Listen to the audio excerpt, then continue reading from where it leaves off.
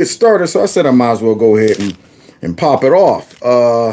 This way we can get the formalities over, and I can kind of let you guys know what tonight's show is going to be comprised of. So first things first, can you hear me? That's the first thing. Let me go ahead and put my Wi-Fi on too. Make sure, just in case, things go haywire. All right, Wi-Fi on. Now, can you hear me for one? Check one, check one. All right, hello from Taiwan. What's happening, Dallas? Okay, yeah, I think some people can hear me. Not late, thirsty. That's what I'm talking about. All right, who else? Who else is out there in the ether? Yeah, give me a shout out, something. Let me know that y'all out there with all the chaos going on around the world, man. It feels good to know you got some backup. That's what it feels good to know. Because I see that the powers that be are, using their last ditch effort to try to destroy a lot of us conservative YouTubers out there. Dr. Twirly got his whole channel demonetized. Can y'all believe that?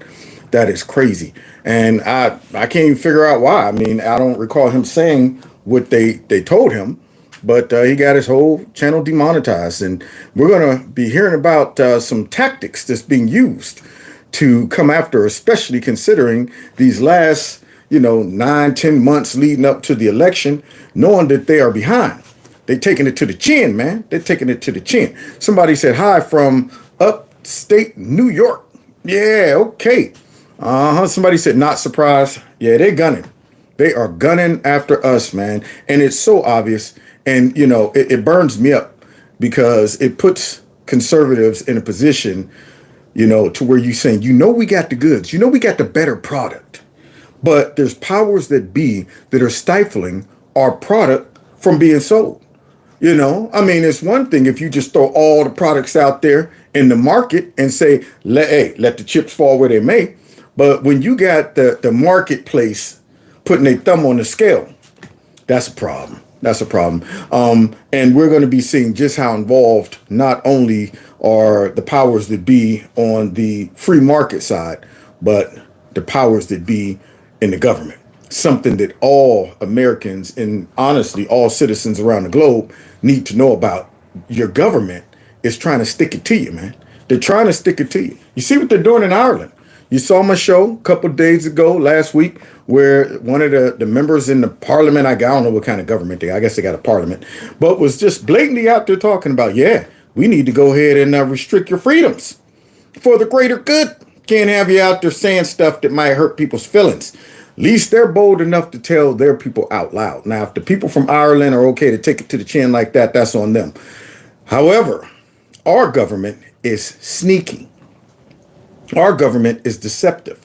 And it's coming from primarily one side of the people in power, along with some other people that's been in power that wasn't elected. Wasn't elected. And we're going to go ahead and out them. Now, if this is your first time to the channel, please hit like, share my videos, follow me on all the other social media platforms. Feel free to chit chat and leave messages and all that good stuff, because we're free speech. This is a free speech channel. Now, of course, we don't like people to be rude and calling everybody all kind of filth, foreign filth. We don't want that. But we encourage, share your opinion, and if you don't like it, and here's a tissue for your issue. And with that being said, I'm going to go ahead and get loose. Y'all know the routine, because we got a lot to cover, because this is a very, very important live stream tonight. Who knows, after this one, I might be on the bubble. Who knows? So let me get loose.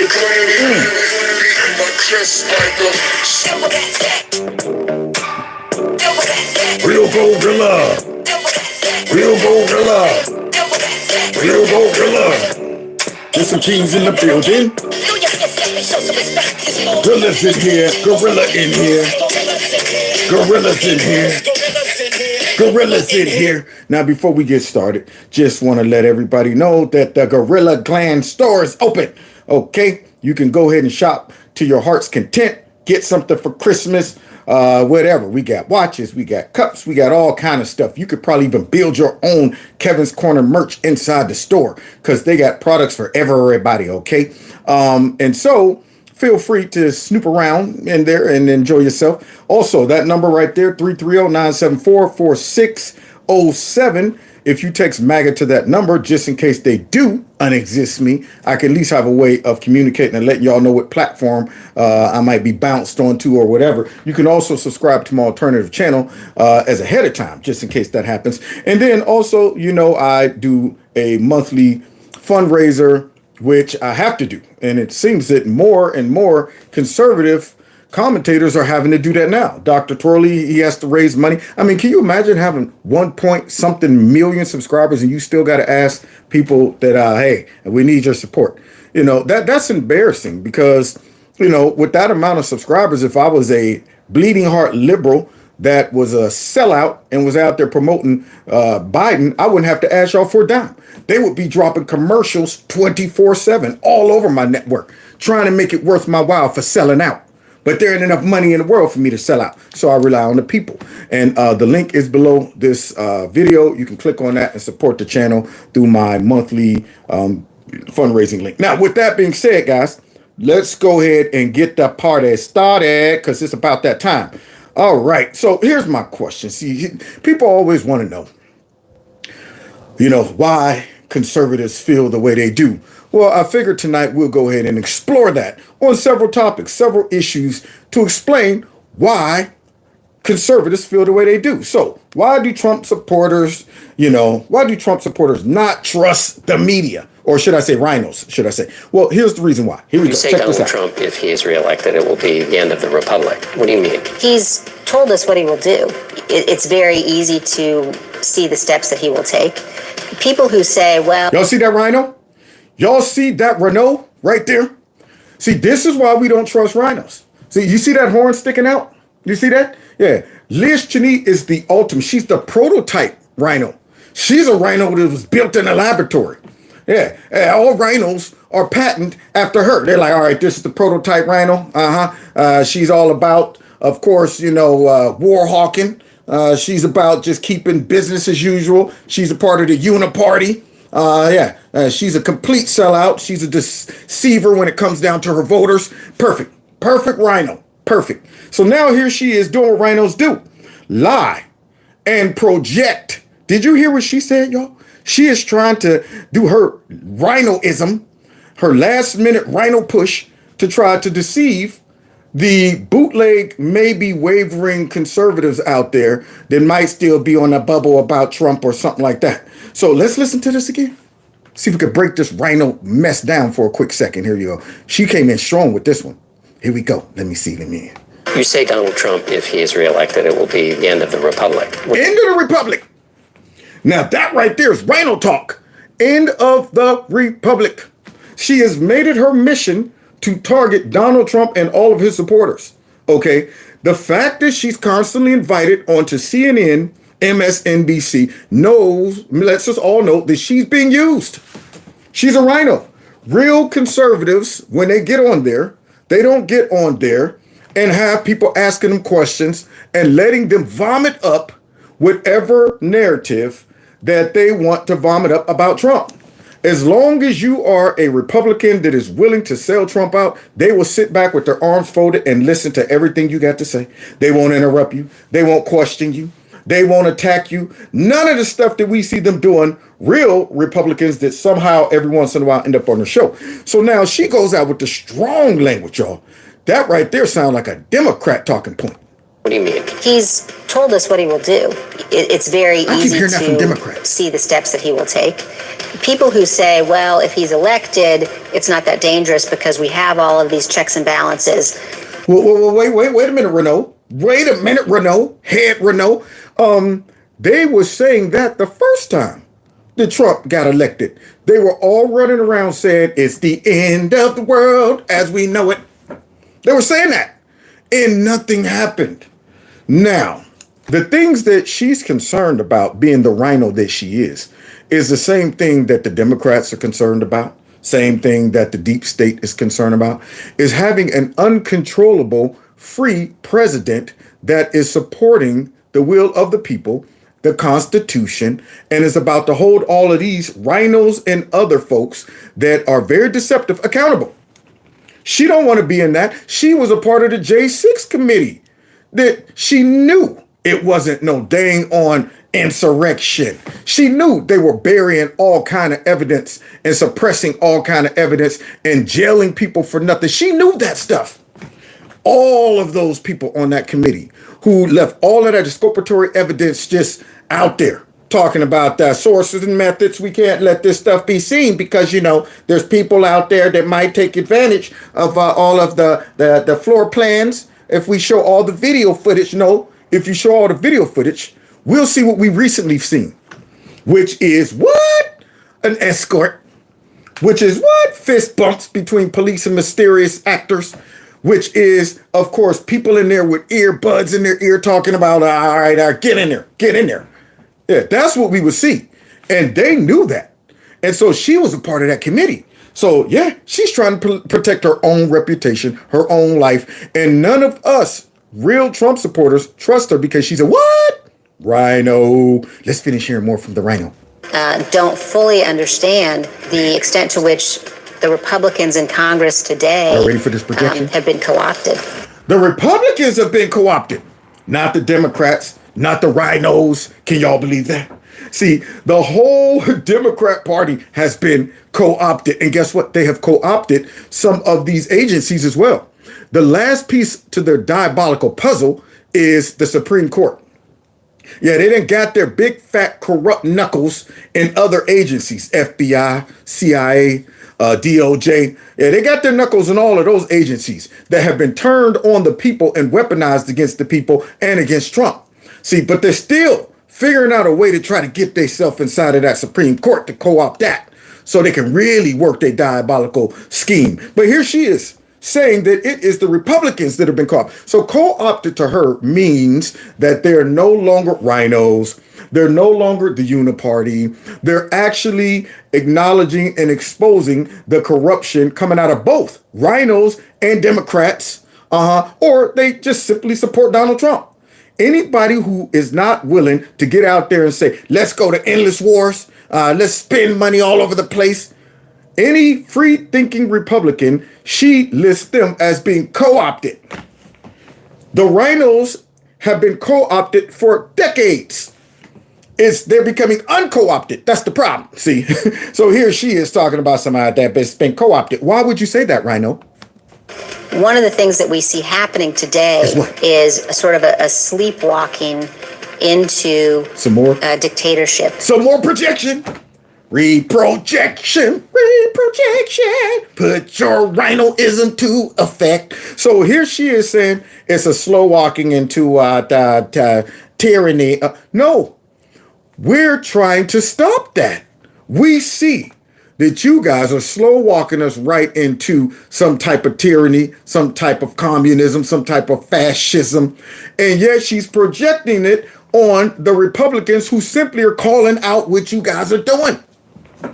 And see, she's mad because the majority of the voters right now are saying, we see it. That's why we're siding with people like Matt Gaetz, Marjorie Taylor Greene, Jim Jordan. We're siding with them because they also recognize that you guys are up to shenanigans, and I'm about to prove it. I might get in trouble before the night is over, but we're going to go ahead and find out just how bad it is when it comes down to our government and being turned and weaponized against us, the people. And I'm going to tell you right now, every American needs to know this, or they will wake up in 1984, talk about going backwards. So we'll go right back, 1984. So here we go, some more projection. In the United States. I believe very strongly in those principles and ideals that have defined the Republican Party. But the Republican Party of today is better, trying to get better. See, she don't want the Republican Party to change. She don't want us to become a populist party. She don't want us to become a party for the people. Yeah, she don't want that. She want us to go back to the good old days of when we just had endless wars and never questioned it. What? We're going to war again? Okay. I'm pretty sure they did something wrong. Because America would never have leaders that would just send our young men and women off to die for nothing overseas, would they? No. And I'm pretty sure we hold the moral high ground, right? I mean, these leaders wouldn't just be sending us off to war for their own benefit and, things of that nature. So we just trust it. We trust it. That's the days that she want to go back to. So she ain't fooling me, and that's the problem. She's not fooling anybody, but this is her last ditch effort. Her last ditch effort. But that's why we don't trust rhinos. Made a choice, and they haven't chosen the Constitution. And so I do think it presents a threat if the Republicans are in the majority. If the Republicans are in the majority, boy, is she one big fat sellout. Boy, she said, yeah, we're not going to defend the Constitution. Now, isn't it funny that Democrats and rhinos, whenever they want to discredit Trump, whenever they want to, challenge the morality of the voters, it all comes back down to the Constitution. Now, where is she? Why isn't she out there talking about the Constitution when she found out that Hillary Clinton paid for that big fat dossier to try to destroy Donald Trump's presidency? She wasn't out there talking about the Constitution then? No. All of the deception, all of the corruption that we done seen come out of these Democrats, and she's siding with them. She's not talking about the Constitution in regards to all of these bogus investigations to try to prosecute and persecute their political opponent, the front runner to the Republican Party. She's not talking about the Constitution. Yeah. See, but she want to wave that in our face, hoping that, oh, wow, all we just hear is Constitution. That blinds us to all the corruption. Constitution, what? We support the Constitution. See, and they know that. They know that conservatives mostly are patriotic, and we uphold things like the Constitution. So they would try to use and insert that in their narratives to invoke a sense of loyalty towards the Constitution that would make us overlook the fact that they are betraying the Constitution. They want us to blindly support whatever they want us to support just by saying the Constitution. It's just like when they want us to support the corrupt FBI. I mean, they're turning their back on the brave men and women. I thought we support the men and women in the law enforcement, only to the point where they start turning against the people. If they have integrity and they're doing the right thing, of course. Soon as they turn their back on their oath, then I no longer support them. It's that simple. And because we are usually more educated than their voters, we're able to pick apart that crap. We're able to see that some shenanigans is going on. That don't line up with the Constitution. This behavior don't line up with the FBI's oath. And because we can recognize that, that's what keeps us stable. And that's what makes us a problem when it comes down to them obtaining, acquiring, and continuing to have the power that they want. And it messes up their goals and agenda. And they're desperate right now because Biden is taking it to the chin. He is taking it to the chin. We'll be covering that later on in the week. But right now, I want to expose what these folks got in store for us. In January 2025.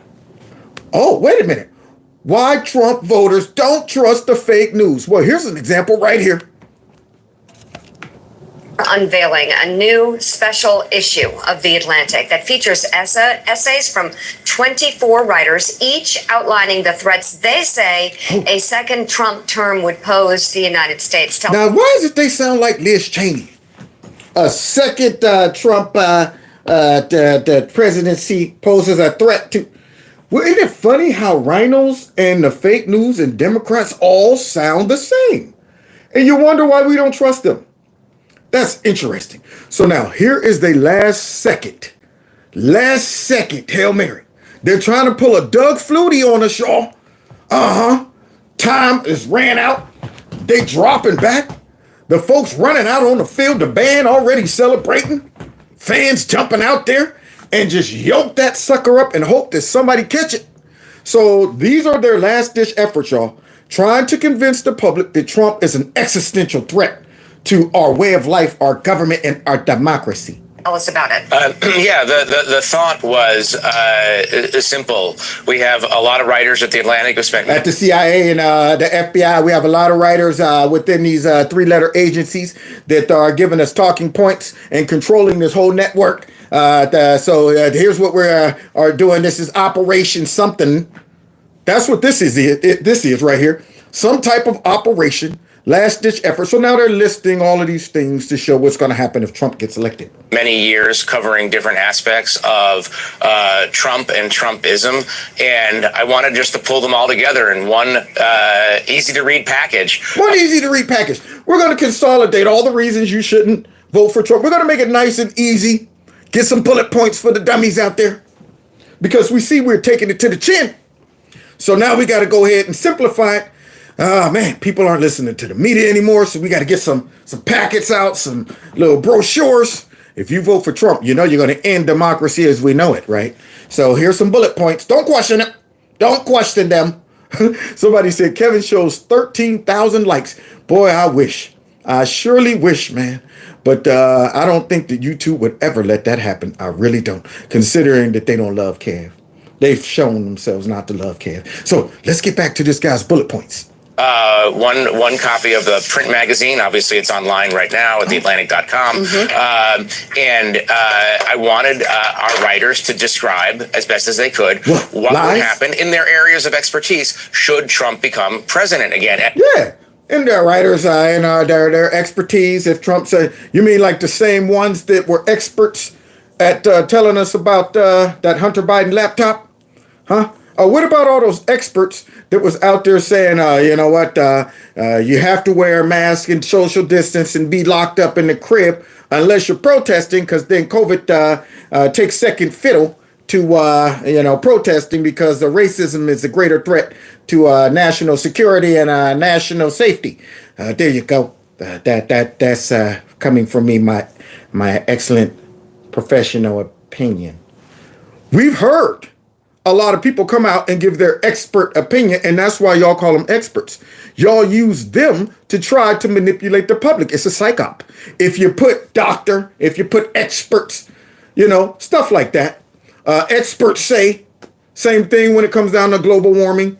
Most experts say. They always just throw that out there loosey-goosey and hope that the public never question it because they say experts. So now here he is said experts. So let's hear what these experts have to say. And the theory, of course, is that the next Trump presidency will be worse. Oh, I agree. Yeah, do that for me. Lady Cactus. You know what I should have asked y'all to do? Because that has been happening constantly. People have been seeing crazy behind likes on my videos. Screenshot that, please. And if you have to, even email me to screenshot. My email is listed below these videos. Or I don't know if you could paste it right here in the chat. But if you guys see some ridiculous behind likes, screenshot those and email them to me, because I want to ask YouTube, what's up with that? Why is it that some people see all these likes and other people see these? I know what they're doing. Dr. Trolley mentioned it as well. He said the goal is to make it appear that nobody supports conservative content. So maybe y'all are watching me and it's sliding through or something. Maybe they got there sitting there probably trying to stop it real time. Like, oh, shoot, the real numbers went out to this person. All right, come on. So I'm seeing 163. I wish it was 163,000. But if you guys are out there and you're seeing big numbers, screenshot those. If you can't send them directly through here, send them through email right after we get off the show, because I want to see it. Just entitle it screenshots. Just say screenshots of likes, like screenshots or whatever. Okay, now let's continue. The restraints will be off. There won't be any quote unquote adults in the room anymore. McKay Coppins has a piece about who would take jobs and who would get new jobs in the next Trump administration as one example. What I wanted was a package, an easy to understand package. Like, look, for dummies, what I wanted is an easy to understand package for all of those voters out there that seems to be walking away from us and starting to not buy our bull crap. So now he done consolidated and wanted an easy to understand package of how Trump is going to take over the country, while MSNBC just gives him the platform to get up here and promote this package, because they've been doing the same thing. It's funny how they are saying the same thing that this man is saying. Trump's going to take over the country. Trump's going to become this diabolical, tyrannical leader. Trump's going to punish and attack all of his enemies. Trump's going to do all the things that the Democrats have been doing. See, It's ironic that he's parroting exactly what MSNBC, CNN, and Liz Cheney and all of them are parroting. This is what is going to happen. And it's not just pure This is speculation. what's going to happen. It's not speculation. Woo-wee, y'all. Boy, they are pulling out all the stops. My man said it's not speculation. What is fact? Let's hear about these facts. It's, as you point out, all you have to do is listen to Donald Trump and the people and the loyalists around Donald Trump. Now, isn't that crazy? He said all you got to do is just listen to Donald Trump. Now, I listen to him all the time. And my interpretation of what he's talking about is totally different than what this man is trying to pull off. He's relying on ignorant viewers. He's telling you what's going to happen. He's going to use the power of the Justice Department to persecute, not prosecute, but persecute his enemies. Exactly like they're doing to him right now. That's what you're saying? So your whole little pamphlet is nothing but a pamphlet of what? Projection. Let's go ahead and write down everything we're doing on this pamphlet and just put at the top, Donald Trump will do. That's all this man is doing. He is simply reading off the list of things that the Democrats and the deep state is doing currently and just put at the top, Donald Trump will do these things. We know what's going to happen to the civil service. We know what's going to happen on immigration. We know that the generals that we count on to be apolitical when they run the military. Like Milli Vanilli? Like that guy? The guy we counted on to be apolitical, who became political, out there like, I want to know about right rage. I want to understand it. I want to understand right rage. What that idiot's talking about, I want to understand it. Look within yourself. But here he is out here talking about the generals will be apolitical. We would expect that, but he's going to get generals. He probably will get generals that are going to do their duty to the Constitution and not be politicized and be secretly on the phone with China. Talking about, don't worry, I got everything under control. We're not going to do nothing on this side, okay? Yeah, don't worry. Me and Nasty Pelosi is working together on this. We know that they're in danger and that they're going to be replaced by, I think the technical term would be nut jobs. Oh, nut jobs. There it is, y'all. Now, you know what this is? It's desperation. Because they have acquired so many evil actors to try to stop Trump, and so far, none of it has worked. And this right now is a concern to them. They know that, wow, we got away with it the first time, man. We're doing everything we can to try to stop this man, and he seems to be getting stronger, more popular, and boys, he gonna let our tails have it. He ain't gonna put in some people like he did last time, where he had to trust some people, and people like Milli Vanilli slid in. You know, you had people like Barr who slid in, you know, people like Raggedy Ray who slid in. He ain't gonna sit back and let these agencies railroad him like they did. See, he had a plan to deal with that mess. And that right there will expose and tear down these agencies that keep people in power over our country. Here we are thinking the president's running the country. Nah, man, we have no idea. It could be globalists. It could be the FBI. It could be the CIA. It could be whoever. We don't know. And I don't like a country like that. Sitting back voting for somebody. We don't know. And they're like, who cares who these people vote for? Yeah, because see, we all know we're still running the show. And if Trump gets in and busts up all of those agencies that's been secretly running the show, oh boy, this is going to be some heads rolling. So now this guy, he's out there doing his job for one of those agencies. I guarantee you, they gave him the talking points. This is all apparent, and so I wanted to put it in one place early. And with any luck, you know, at Christmas, maybe people can read it and they try bring it to their relatives. Any luck? They're relying on luck now, y'all. If any luck in a prayer, we'll save our lives and our power and our position. Oh God, please read this. Tell your friends not to vote for Trump. This is unbelievable, man. And I love seeing them squirm. Now, the reason they have to do this stuff is because people are waking up. It's not only just us who have been awoke, but a lot of these people now are starting to go, man, now hold up. This is starting to look real weird. I fell for it maybe the first time, but Rob, not sure now. I'm starting to see through a lot of this crap. So this is them with their last ditch effort begging and relying on luck. With any luck, people will read this. Or on the fence and say, look, here's what's going to happen. Do you want this or do you not want this? That's very... Oh, I want it. I want it. I want every single thing Trump's talking about. Oh, I love it. Okay, wait a minute. Why do Trump supporters think it's a witch hunt? See, because you know they're always out there, and his voters think it's a witch hunt. Well, here's the reason why we think that. And here's what happened. The January 6th unselect committee of thugs and horrible people, the unselect committee destroyed all the evidence. They say they didn't do that. We did ask them. We did ask the January 6th committee. Well, they announced that they destroyed and deleted most of the evidence. They say some of the evidence is still under review. Now look at this. Look at this. Sorry behind reporter. They said they didn't do it. They said they didn't do that. There it is. There it is. They said they didn't do it. There's no reason to go any further than that, right? I wish Republicans had it that easy, where we just simply say, we didn't do it. Okay, but there you go. They said they didn't do it. Do you understand how much he would have pressured any Republican who would have said, we didn't do it?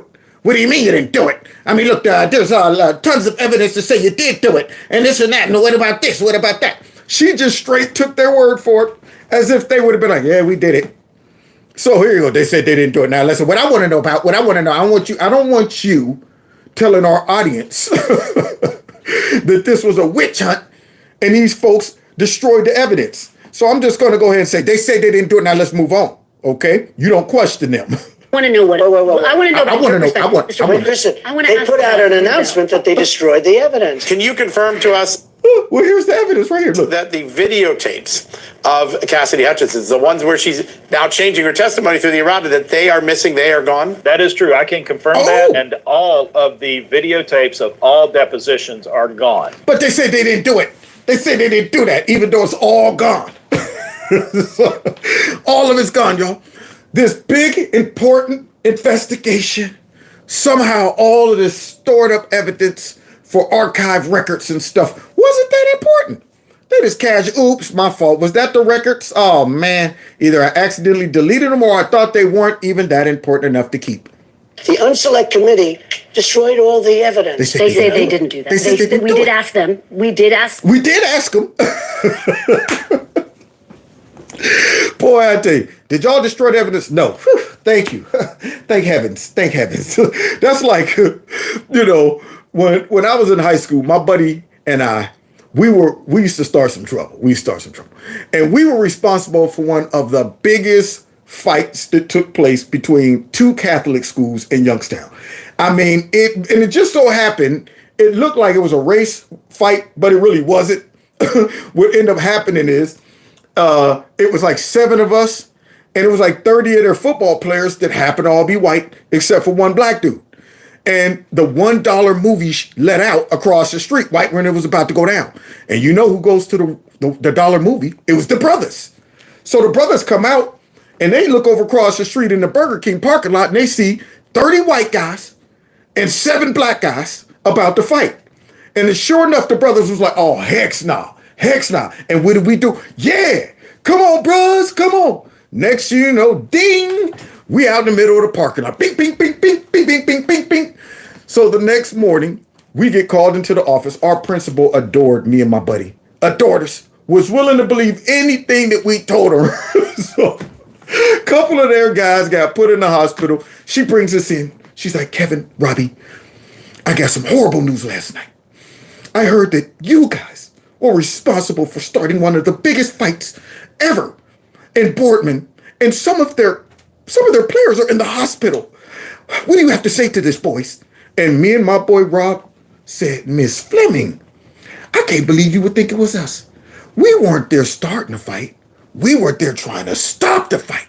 Miss Fleming said, oh, thank heavens. Oh, I knew you guys wouldn't have done it. Oh, thank you so much. Go ahead back to class. We were like, yeah. Thank you, Miss Fleming. Just that simple. No follow-up questions whatsoever. All we told her is, no, you got it wrong. We were there trying to stop it. Thank heavens. Go ahead back to class, boys. Good job. We went back to class like, I can't believe that worked. She didn't even ask a follow-up question. Same thing. Well, did you guys do it? No. Thank heavens. Anyway, back to you, Trump. What I want to know, This is unbelievable. So we asked them. They said no. No further questions. January 6th committee. Well, they announced that they destroyed and deleted. We found out about this early in the investigation when I received a call from someone who was looking for some information off one of the videotapes, and we started searching, and we had none. I wrote a letter to Benny Thompson asking for them, and he confirmed that they did not preserve those tapes. Not Benny. He didn't feel that they had to. He didn't feel that they had to. So they didn't destroy it. They just got rid of it. There you go. There it is. See, that's how the fake news would operate. We never said that they didn't get rid of it. We just said they didn't destroy it. Destroy it makes it appear like it was facetious. It was evil. They just simply got rid of it. There you go. Trump, tell us. Been right about everything. You have been. And if you think about it, I really have. Jonathan, we know that the judge said, oh, you're guilty of fraud to begin with. This is a fight to see how much he owes and to set him up for appeal, correct? That's right. I mean, the trial has really gone into a stage that you can only describe as over the top, and that Attorney General James wants $250 million in penalties to bar the Trumps from doing business in New York. But this ain't a witch hunt. We have no reason to believe this is a witch hunt, including this evidence that you're about to hear. So Letitia James, now y'all know her, right? Queen Latifah, the one that was all over the internet campaigning about how she was going to get Trump. You elect me, I'm going to be a pain in his butt. I'm going to sue him. Yeah, I'm going to be all in his finances and stuff like that. Well, let's see what happened recently in court that might make us believe that this is a witch hunt. Effectively ending the Trump organization as a New York business, a business that has employed thousands. And the question for many is why? You know, no one lost money here. The banks didn't file. They made money. That just makes me think that it's personal. That's what that makes me think. So you got a victimless crime. You got the bank saying, hey, I don't know about y'all. I mean, well, we got paid. I mean, it was a great deal for us. I mean, now why are we here again? Y'all want to stop Trump. Y'all want to ruin him. Y'all want to tie him up in court, destroy this man's empire. That's what y'all up to. See, and watch what the bank says that makes us think that, yeah, we might have been right about this being a witch hunt. But you have this law that James is using that doesn't require anyone to lose money. She's asking for $250 million because she says that the properties were either overvalued or undervalued. Well, that's a long-standing practice in New York. It's not a good practice, but you don't have people using this nuclear option. So now what I don't understand, not being a lawyer, is what is the predicate that made her even want to look into this? Now, let's think this through. See, as rational people, here I am, a businessman. 10 years ago, I close a deal. This prosecutor comes in. Nobody since then has questioned that deal. Nobody has said the deal was corrupt. The bank did not sue me. The bank got their money back. The bank did an estimate. The bank said everything was on the up and up, but for some reason, without no predicate, nobody complained to me as the prosecutor. I just decide, I think I want to look into how Kevin priced his property. I just want to go back 10 years and see, just in case, he might have overvalued his property, even though I have no predicate to do that. Nobody has called me up and said, hey, you might want to look into this because, this guy gypped us back 10 years ago. So they want us to think that that's the job of the government. Have you ever seen that? Have you ever seen a prosecutor just wake up one day and say, I feel that this rich billionaire might have overpriced his property 10 years ago? I have no real evidence of that. Nobody's complained about it, but I think I should just go back and take a look. That should not happen. That is not how business works. Government should never do that. You need predicates to actually start looking into people's businesses like that. But she had no predicate except for all of her video footage saying, I'm going to go in and look into all of his stuff. That's her predicate. And it's amazing to me that she's still actually on this case and haven't been disbarred. It's amazing. Only in New York could this happen. But you have to keep in mind, Brian, previously Attorney General James sought to disband the NRA. For what? To destroy it as reason. an organization. So there's a certain pattern here, which is troubling. By the way, why you do that? Right before an election, take a powerful group that traditionally supports Here's the predicate. It's an election. That's the predicate. Must stop Trump election coming up by any means necessary. NRA, go after them too. Yeah, see, and if we don't win this next election, all of this stuff will continue and will get worse. And wait until you see the last part of the show. You think them using these prosecutors or something? Pfft, wait until you see what they also are using. Into a pro-Second Amendment and try to cut their knees out. So there's seems to be a plan here. Letitia James' civil trial seemingly goes off the rails when Donald Trump and his defense bring forward a witness from the banks. The banks say everything we did with Donald Trump and the Trump Organization was pretty above board. Nothing really strange or nefarious there. Not even unusual. The bank does their own due diligence. Even if Trump says that his assets are worth something, we're going to verify it. Why? Because we're a bank. Yeah, because they're a bank. So you see Snaggerpuss over there, looking like she's sucking on a lemon, looking stupid. That's what she's looking. Yeah, here you are going to drag a witness into to the prosecution, bring call so-and-so. We're here prosecuting this guy for stealing this lady's purse. Did this man steal your purse? No. Okay. Then how did he get the purse? Oh, I gave it to him. I told him, sweetie, take my purse, run down there and buy me some peppermint candies, and come back and keep the change. And he did just that. And I thanked him, and then he went home. Okay, so there you have it, ladies and gentlemen. That man took this woman's purse, bought her some peppermints, and then took the change and went home. No further questions. That's what they're doing.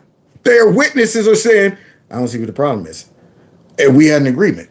Why are we here again? Because it's a witch hunt. Ed Williams, somebody who's on the stand, said Deutsche Bank, this is Trump's witness, offers flexible loan terms to clients like Trump to benefit their business strategy to, quote, this is from CNN, grow their non-credit relationship with the firm, saying that they prioritize high net worth clients' broader relationship with the bank. Okay, so Trump carries more than just his assets. At the end of Williams' testimony, this is from CNN, this person's on the stand in the trial, Trump's attorney, Christopher Keese, renewed a motion for a directed verdict, saying, Judge, clearly you heard from somebody that we've been talking about here. They say it's no problem at all. He renewed a motion for a directed verdict and saying that the case needs to be thrown out against Trump and the company. What? So a victimless crime. So Letitia, should I say Queen Latifah, is up there pursuing a victimless crime for her own personal glory. To stop Trump. That's what it comes down to. How do you explain this? How do you legitimately get up there and tell the public that this isn't a witch hunt when the victims are saying they're not victims? How do you do that without it appearing that you're doing this to stop Trump? And because we are informed and we have been witnessing this type of behavior all this time, we see that it is a witch hunt. This is why Trump supporters believe that all of this is a witch hunt. It's stuff like this. But yet you will get ignorant people out there. Trump embezzled a lot of money. He lied about his properties, and he swindled the banks because they don't take the time to follow this stuff. We do. So we're the target. We're the ones that refuse to succumb to their gaslighting, their psyops, their manipulation, all of that stuff. So they want us to believe that the bank who says, do you think we would lend this man millions and billions of dollars without doing our due diligence? Are you crazy? That's an indictment upon us. Have you ever walked into the bank and just said, all right, I want a loan? Oh, okay, yeah, put a figure down on a paper. Okay, well, I'm glad you gave me this option. I think $1 billion would do. Oh, $1 billion? Well, I mean, what's your, your leverage on a car? A car, okay, how much is the car worth? $1 billion. Oh, okay, well, here you go. Here's a $1 billion loan. Thank you. You will feel like you're getting set up. You will be scared to take the check. Like, I can't even leave that work. Am I getting set up? They're gonna arrest me before I get out the building. There's no way the bank would ever do something like that. But yet, last ditch minute effort. They had to try to find something. So they get a raggedy, crazy judge and this bootleg chick to try to go on the witch hunt along with the rest of them too.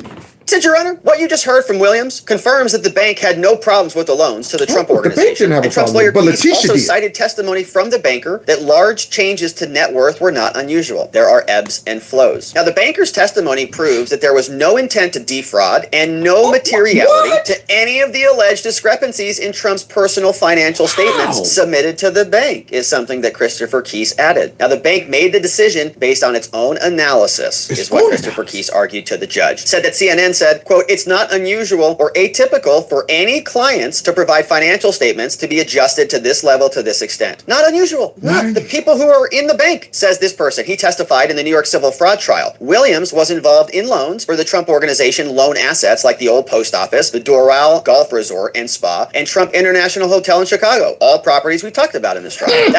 Not looking good for Queen Latifah. That's for sure. I want to see Latifah come to that microphone and blame it on racism and I'm a woman and Trump's racist and all of that stuff. Now she's going to have to blame it on the bank too. The bank's in on it. The bank's racist. The bank, they're defrauding us now. See, we all know this is bogus. Prosecutors should not personally say, I want to get into the free market just to make sure bank loans and stuff are proper. See, I just feel the need to get in there. I personally want to oversee. That's not her job. That's not her job. But we all know her job is to get in there and stop Trump. That's what her job was. So therefore, the predicate was stop Trump. It wasn't the banks. It wasn't the loans. It wasn't the value of the properties. The predicate was stop Trump. Guy often signed credit reports related to the loans. So he came in, testified on Tuesday, and his testimony, this is CNN Politics, reinforced Trump's defense argument. What? Did you just say Letitia is worth $15 million? What the heck? What is she? I want to look into that too. Find out why she worth so much money. If that's the case. All right, let's continue. Argument that the lender was not defrauded. Trump didn't defraud anybody. And the bank personnel conducted a due diligence process that did not rely on Trump's personal financial statements. So Trump didn't commit fraud. He shared this from ABC News, saying that Williams reported both a net worth and investable assets well in excess of our minimum requirements. I looked at the documents. A ton of money, billionaire. So we got plenty, confirming that the bank set the interest rate for Trump's commercial loans at 2 to 2.5%. Now, the testimony also appeared to bolster Trump's arguments that his lenders did their own due diligence, because the argument was that Trump signed fraudulent documents. He said, these are my assets, and he overvalued them. And the bank just looked at it and they said, well, thank you for that. I guess here's $1 billion. No, because that's how all banks work. Yeah, they don't want to know if what you're saying your property's worth is actually worth it. No, they don't care about that stuff. So the next time you go to sell your house, you tell the bank what it's worth. There you go. They're not going to send an adjuster out. They're going to send anybody out there. All right, let's look at what is this crack in the foundation. Okay, let's take off $7,000 for that. The roof needs to be repaired. You said it's worth how much? $200,000. Yeah, that's easy going to be a $10,000 job. Let's knock $10,000. They don't do that. No, they just trust you. It is crazy that she would even try this, but that shows how desperate they are. They like, man, we got to come up with some garbage. And the stuff that they're trying to get away with, if they're able to pull it off because of corruption and abuse of power, do you understand the standard that set? To be able to destroy a man's livelihood. I mean, they're talking about making sure this man never do business again in New York, taking all his money away, going after his friend. Of course, when he gets into office, all hell should break loose. It should be hell to pay. These people are toying with people's lives. They are abusing their position. And it's so obvious that I can't trust these people in power. I'm praying that Trump gets back in so we can deal with people like her.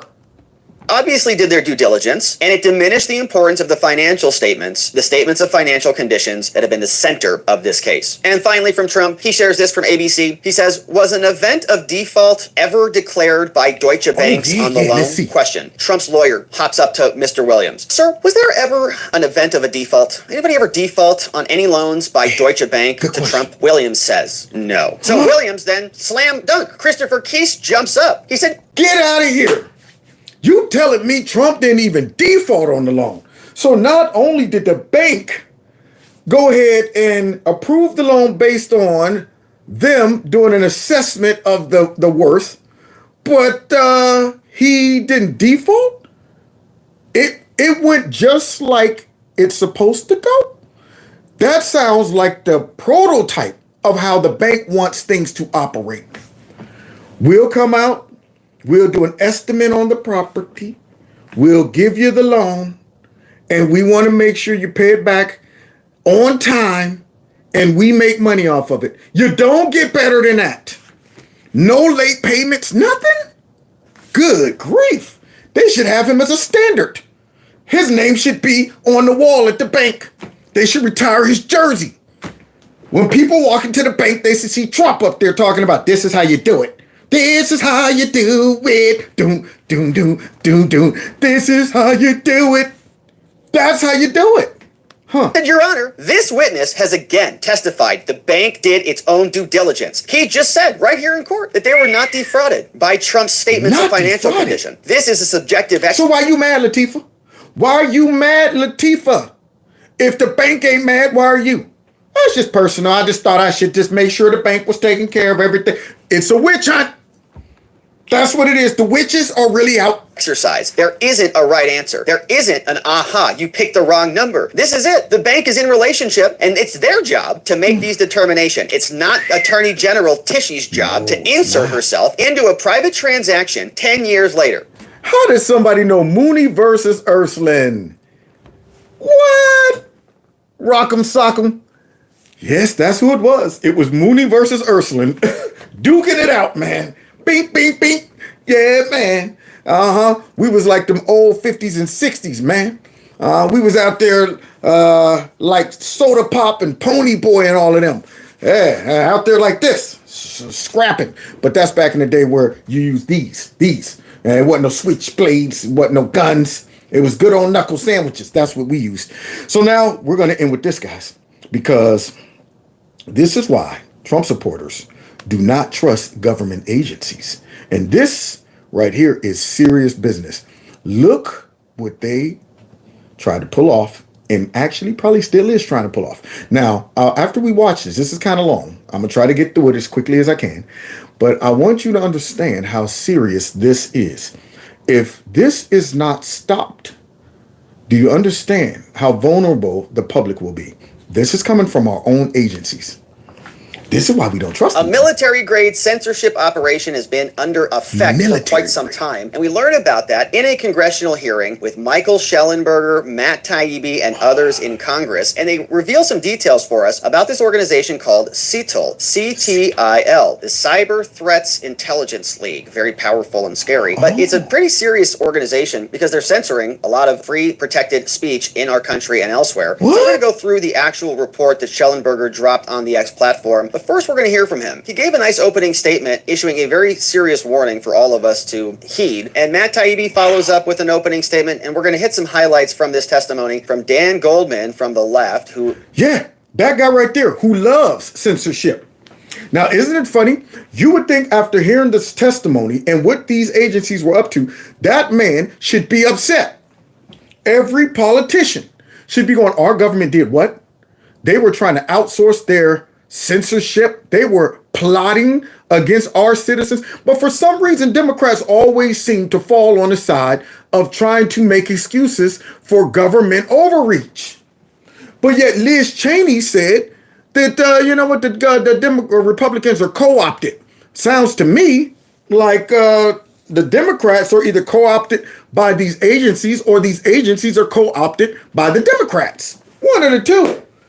Because they are both defending each other. They both got the same ideas, but both got the same goals and agenda. They're both okay with censoring citizens. So now let's hear this man's opening damning testimony. I think is now officially a Hunter Biden conspiracy theorist, and Jim Jordan, who brings in the part about censorship. And so this is what Michael Schellenberger said as the hearing in front of the Weaponization Committee got underway today. 9 months ago, I testified and provided evidence to the subcommittee about the existence of a censorship industrial complex, a network of government agencies, including the Department of Homeland Security, government contractors, and big tech media platforms that conspired to censor ordinary Americans and elected officials alike for holding disfavored views. Disfavored views. That sounds to me like a real conspiracy. But they're trying to say Trump made a conspiracy for J6, and Trump was conspired to try to change the results of the election, and Trump conspired. All of that stuff. So we got the government. We got probably some Democrats. But we got our agencies and big tech all conspiring. They didn't say dangerous information. They said disfavorable, meaning they don't like it. I regret to inform the subcommittee today that the scope, power, and law-breaking of the censorship industrial complex are even worse than we had realized back in March. 2 days ago, my colleagues and I published the first batch of internal files from the Cyber Threat Intelligence League, which show U.S. and U.K. That sounds like the League of Doom. You telling me they done put together some league? Okay, let's see what this league's up to. A military contract working in 2019 and 2020 to both censor and turn sophisticated psychological operations and disinformation tactics developed abroad against the American people. Many insist that all that we identified in the Twitter files, the Facebook files, and the CTI files were legal activities by social media platforms to take down content that violated the terms of service. Facebook, X, formerly Twitter, and other big tech companies are privately owned, people point out, and free to censor content. And that's the rumor, See, that's the go-ahead, the default. What they're privately owned, they're allowed to censor whatever they want to censor. However, they're working behind the scenes with government agencies who are pretending that all they are consultants. Hey, you know what? We're just here to just make suggestions that aren't really suggestions. You know what I mean? You might want to, like your parent. You might want to shut up. You might want to go clean your room. You might want to sit down and do your homework. And you're looking at them going, well, that sounds like a suggestion. But for some reason, I detect that it's not really a suggestion. So what I'm going to do is go and clean my room. That's what I'm going to do. So now, this man's about to say what they were up to is worse than the Twitter files? Worse than all? They can't get no worse than that, y'all. Or could it? Government officials are free to point out wrong information, they argue. But the First Amendment prohibits the government from abridging freedom of speech. The Supreme Court has ruled that the government may not induce, encourage, or promote private persons to accomplish what is constitutionally forbidden to accomplish. And there's now a large body of evidence proving that the government did precisely that. So they needed to come up with a workaround, y'all. They like that pesky Supreme Court we have not co-opted yet. They're standing in the way of progress. Evil progress, that is. So how can we work around? What's more, the whistleblower who delivered the CTIL files to us says that its leader, a quote-unquote former British intelligence analyst, was quote-unquote in the room at the Obama White House in 2017 when she received the instructions to create a counter-disinformation project to, quote, stop a repeat of 2016. What? So now we got the Brits, aren't even American citizens, posted up in the White House with raggedy behind stinking Obama and got the green light to go ahead and make sure there's not a repeat of 2016. But the Democrats are protecting democracy, right? As they sat in there plotting, they all knew, including Obama, including Joe Biden, they all knew that Hillary Clinton had a diabolical scheme to label Trump as a Russian agent, and they were okay with that. They knew about Michael Flynn. They were okay with that. And then had the nerve to say, you know what? Go ahead. Let's greenlight this diabolical scheme here to make sure we never have a repeat of 2016. Let's see. Whoa! The U.S. Department of Homeland Security's Cybersecurity and Information Security Agency, CISA, has been the center of gravity for much of the censorship, with the National Science Foundation financing the development of censorship and disinformation tools, and other federal government agencies playing a supportive role. Emails from CISA's NGO and social media partners show that CISA created the Election Integrity Partnership. There you go. So it's social media partners. So we're partnering up with social media, and we're coming up with this creative title to say, we're that's social media, whatever. All of these fancy titles are really how can we censor and control the flow of information in the way people perceive it and how it's dispensed out there to the public. That's what that is. Here we go. EIP in 2020, which involved the Stanford Internet Observatory and other U.S. government contractors. EIP and its successor, the Virality Project, urged Twitter, Facebook, and other platforms to censor social media posts by ordinary citizens and elected officials alike. Ordinary citizens and elected officials alike. Now, I wonder what kind of citizens. Do you think maybe they were talking about Antifa and Black Lives Matter and all of them? Huh? You think they were talking about Nancy Pelosi? You think they were talking about Hillary Clinton and all of them? Huh? Or do you think they were talking about people like Marjorie Taylor Greene and people like me, people like almost all conservatives, people like that guy who is doing some jail time for making a joke about Hillary Clinton? People like that. EIP reported that they had a 75% response rate from the platforms and that 35% of the URLs that they reported were either removed, labeled, or throttled or soft blocked. Wow. So, yeah, but we didn't do it. We didn't do it. All we did is had a partnership with Big Tech, and they removed 75%. So they had a 75% success rate of getting these people either censored or removed. But we didn't do it, though. See? It's freedom of speech, First Amendment. Yeah, these are companies who are free to make their own decisions. All we do is just point it out. Like, you do know that looks like disinformation. And I'm just saying, oh, don't worry, we're on it. In 2020, the Department of Homeland Security, CISA, violated the First Amendment and interfered in the election, while in 2021, CISA and the White House violated the First Amendment and undermined America's response to the COVID pandemic by demanding that Facebook and Twitter censor content that Facebook itself said was, quote unquote, often true, including about vaccine side effects. Oh, well, look at that. It was true, but it was inconvenient. No wonder I was shut down 3 times, my YouTube channel, 3 times, over COVID, dis, and misinformation. And every time when I would ask them, well, what's not true about that? Well, we can't get into the details. You're just saying the truth, and that's the problem. So we're going to shut it down. 3 times, y'all. Almost lost my channel because of it. All of this is profoundly un-American. One's commitment to free speech means nothing if it does not extend to your political enemies. In his essential new book, Liar in a Crowded Theater, Jeff Kosef, a law professor at the United States Naval Academy, shows that the widespread view that the government can censor false speech and or speech that, quote unquote, causes harm is mostly wrong. Yeah, the government can censor it. Speech that causes harm to us and our narrative and our control and our power. Supreme Court has allowed very few constraints on speech. For example, the test of incitement to violence remains its immediacy. I encourage Congress to defund and dismantle the government organizations involved in censorship. Thank you.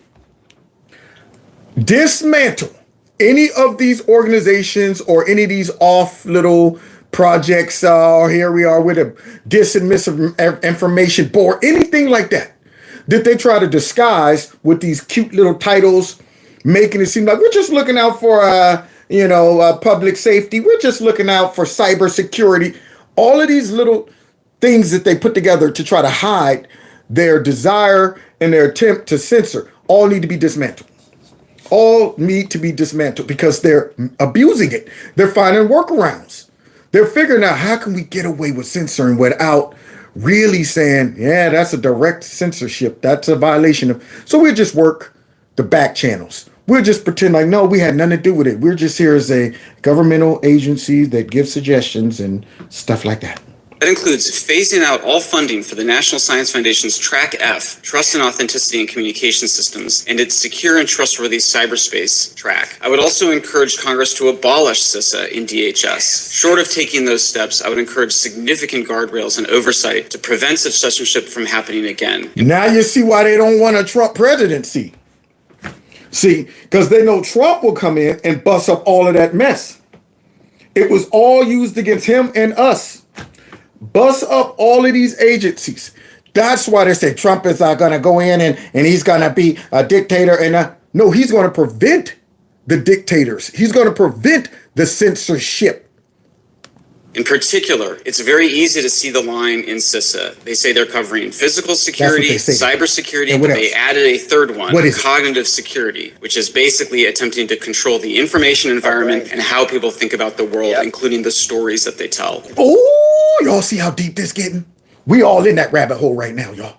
So they trying to control us mentity, as Quincy say. They trying to control us mentity, y'all. Wow. Psychops against their own people. This is America in 2023, y'all. Finally, I would encourage Congress to consider making Section 230 liability protections contingent upon social media platforms known in the law as interactive computer services to allow adult users to moderate our own legal content through filters that we choose and whose algorithms are transparent to all of us. I want control. I want to know. I want to know what I want to know. I want to see things the way I want to see them. I don't want nobody controlling my mind. I don't know about y'all. So these folks, yes, treason. That's what it is. You have turned and weaponized these agencies against its own people.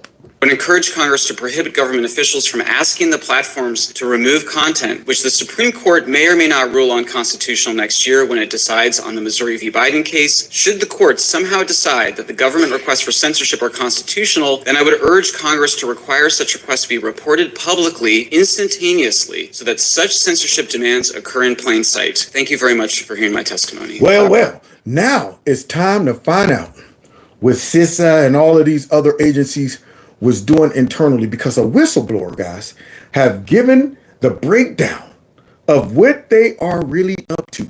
Now, y'all ready for this? Y'all got a few more minutes to hang? Okay, because this is important. Every American needs to know what these diabolical, evil people were doing. All right, very shocking and scary revelations there. We are up against some very powerful actors, global efforts with millions, if not billions of dollars and decades of infrastructure behind them. Somebody said, your mic, hold on. I'm about to help y'all out. I'm going to turn all of this up. Let me give a little more volume to this so I can make sure y'all hear it. Let's see. Y'all seen how the sausages are made now. Let's take it up to right about there. Okay. And then we'll go back to here. The 2016 doesn't happen. And then secondly, am I buffering? People saying I'm buffering. All right. The audio is choppy. All right. Now see. Let's give it a second. All right. Can y'all hear me? Sound like somebody said it sound like a goldfish underwater. Somebody said audio is worse than Biden. Can y'all hear me? Still choppy?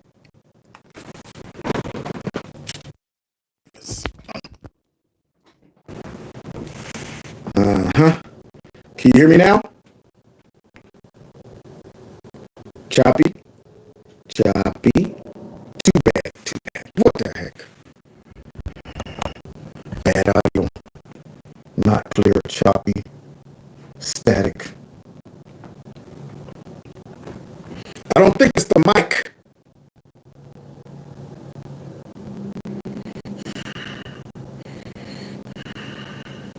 Can you hear me now? Ooh. Can y'all hear me? All right. 1 second.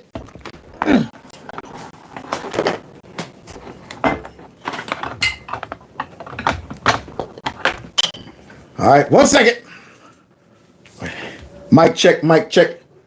Hold on. Let's see here. Somebody said okay. sound good? Oh, crap. Let's see.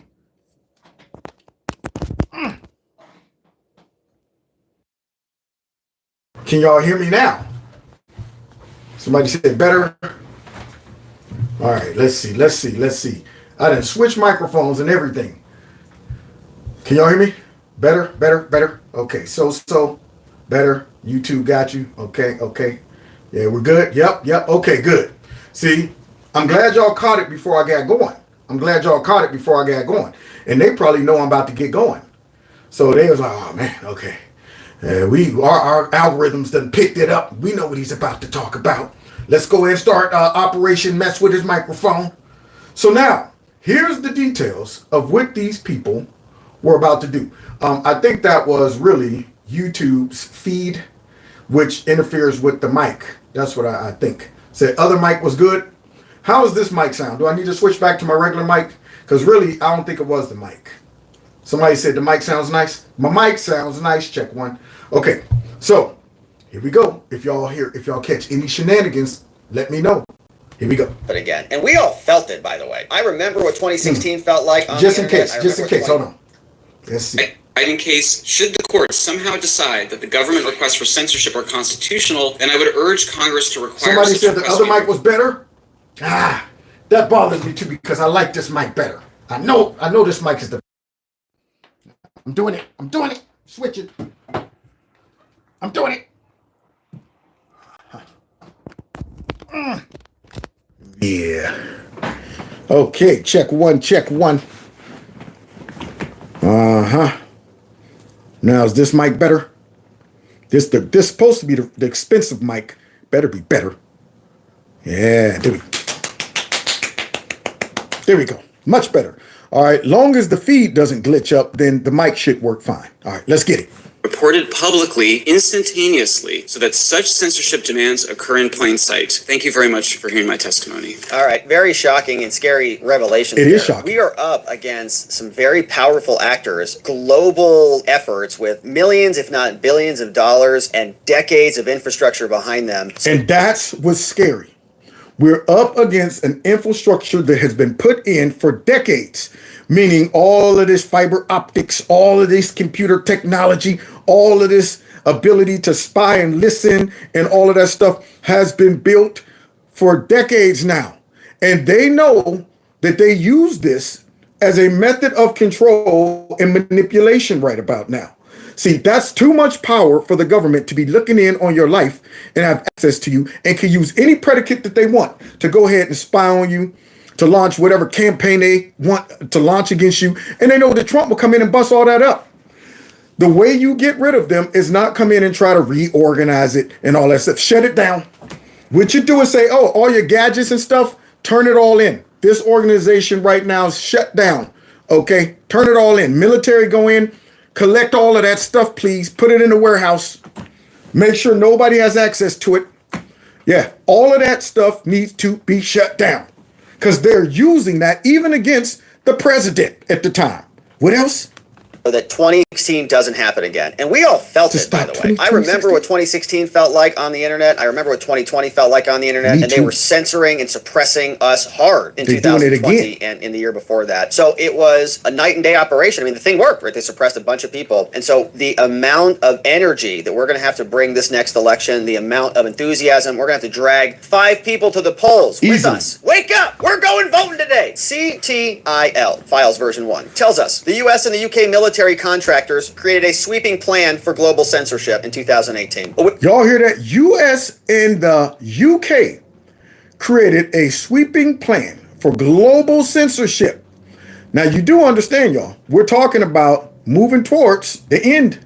When they start being able to censor everybody on the globe, we're looking at the end. A whistleblower made this known. It says a whistleblower has come forward with an explosive new trove of documents, rivaling or exceeding the Twitter files, the Facebook files. The Cyber Threat Intelligence League, not a Marvel film, but certainly filled with evil actors, says that officially began as the volunteer project of data scientists. That's all it was. See, that's how that's the predicate. What, man? Hey, look, it's just data scientists. We this is a project, and we're just curious. That's all it is. So how they passively try to slide in these organizations?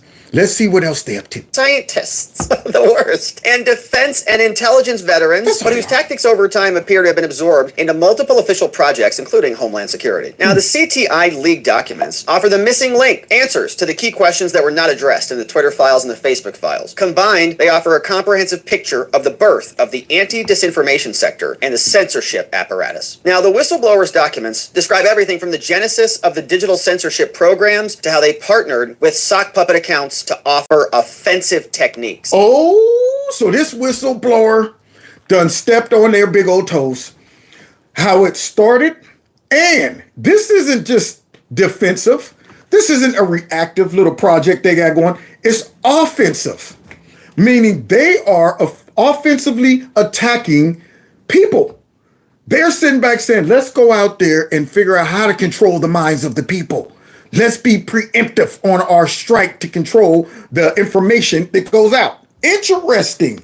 Oh, this whistleblower's in trouble. So they were silencing people and creating fake sock puppet accounts. One document says, quote, lock your stuff down. Explains one document about creating your spy disguise. Lock your stuff down. Another document. Your spy disguise.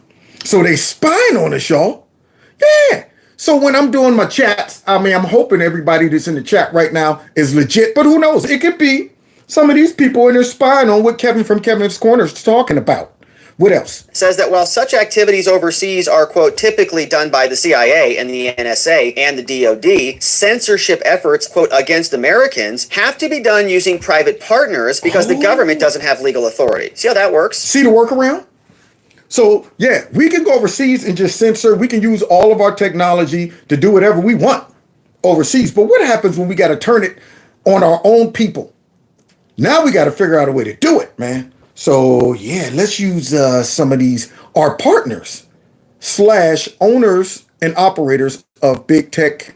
CIA can go do it on their own. The government can just do it overseas, but they got to use a third-party provider to do it. So the whistleblower says that the leader of the CTI League, a former, quote, British intelligence analyst, was, quote, in the room when Obama was there to stop a repeat of 2016. So you see that?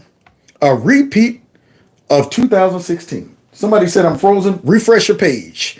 That is unbelievable. So we know their goal and objective, y'all. It all revolves around Trump. We can't make the mistake of allowing Trump or somebody like Trump to slide in, y'all.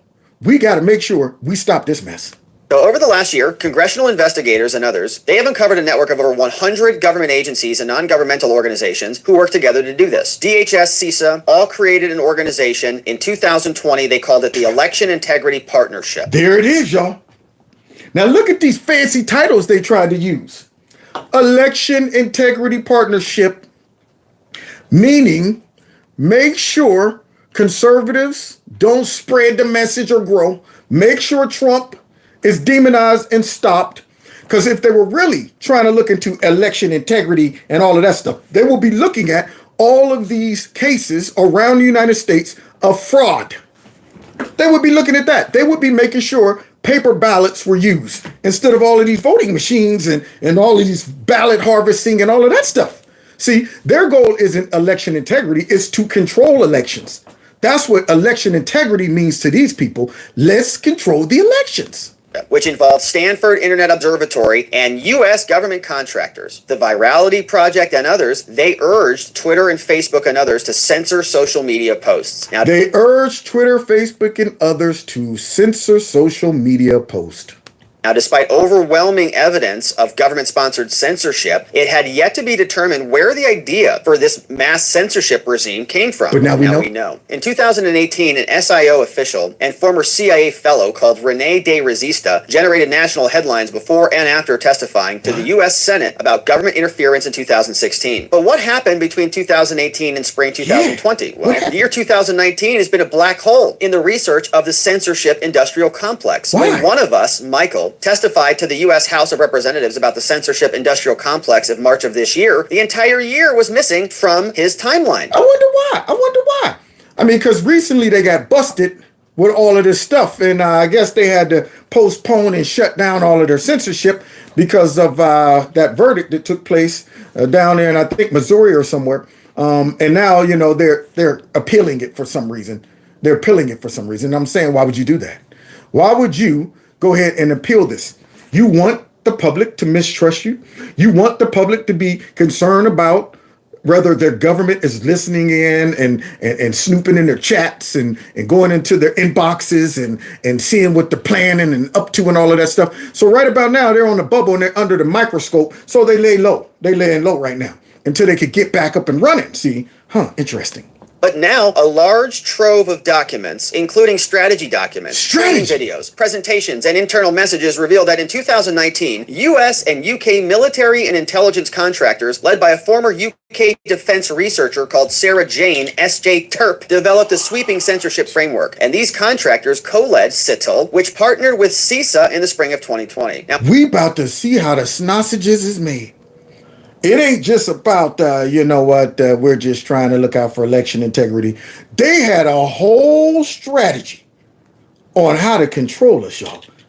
Oh, this is deep. Let's see what they up to. Now, in truth, they say, the building of the censorship industrial complex began even earlier in 2018. Internal Slack messages show that woman Terp and her colleagues and officials from DHS and Facebook all work closely together in the process. The CITL framework and the public-private model are the seeds of what both the U.S. and the U.K. would put into place back in 2020 and 2021. So a pox on the U.S. and a pox on the U.K.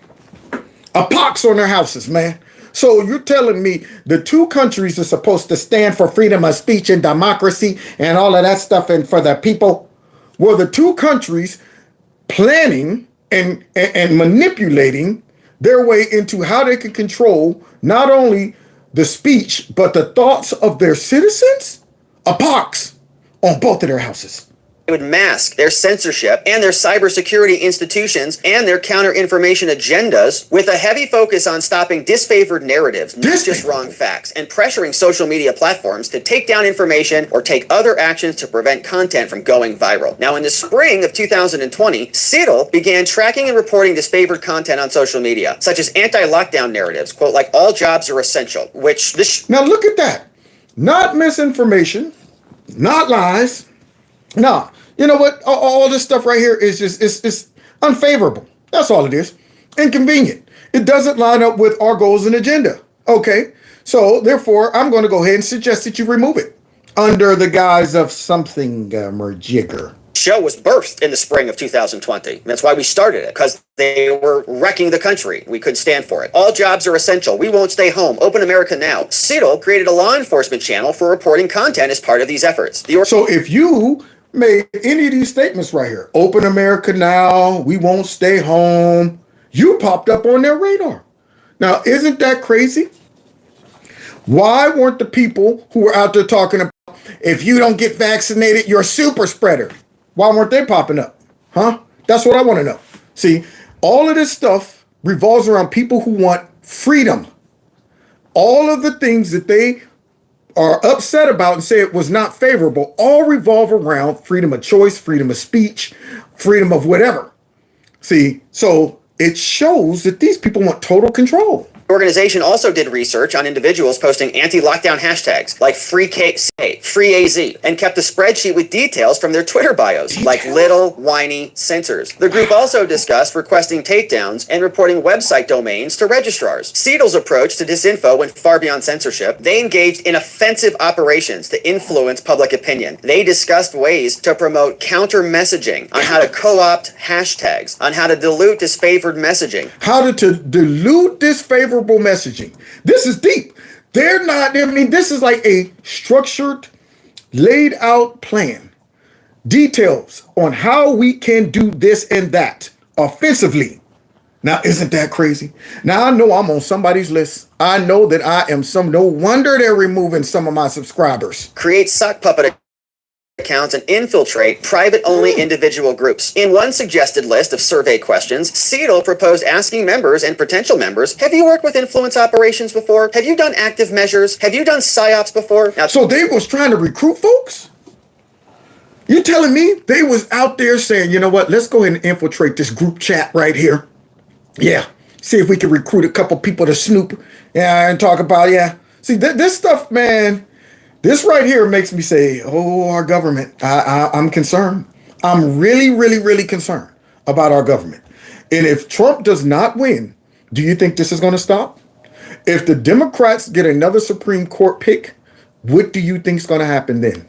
Now, the documents came from a highly credible whistleblower, but we were able to independently verify their legitimacy through extensive cross-checking of information to publicly available sources. The whistleblower said that they were recruited to participate in CITL through the monthly cybersecurity meetings hosted by DHS. Now, they were recruited, by DHS.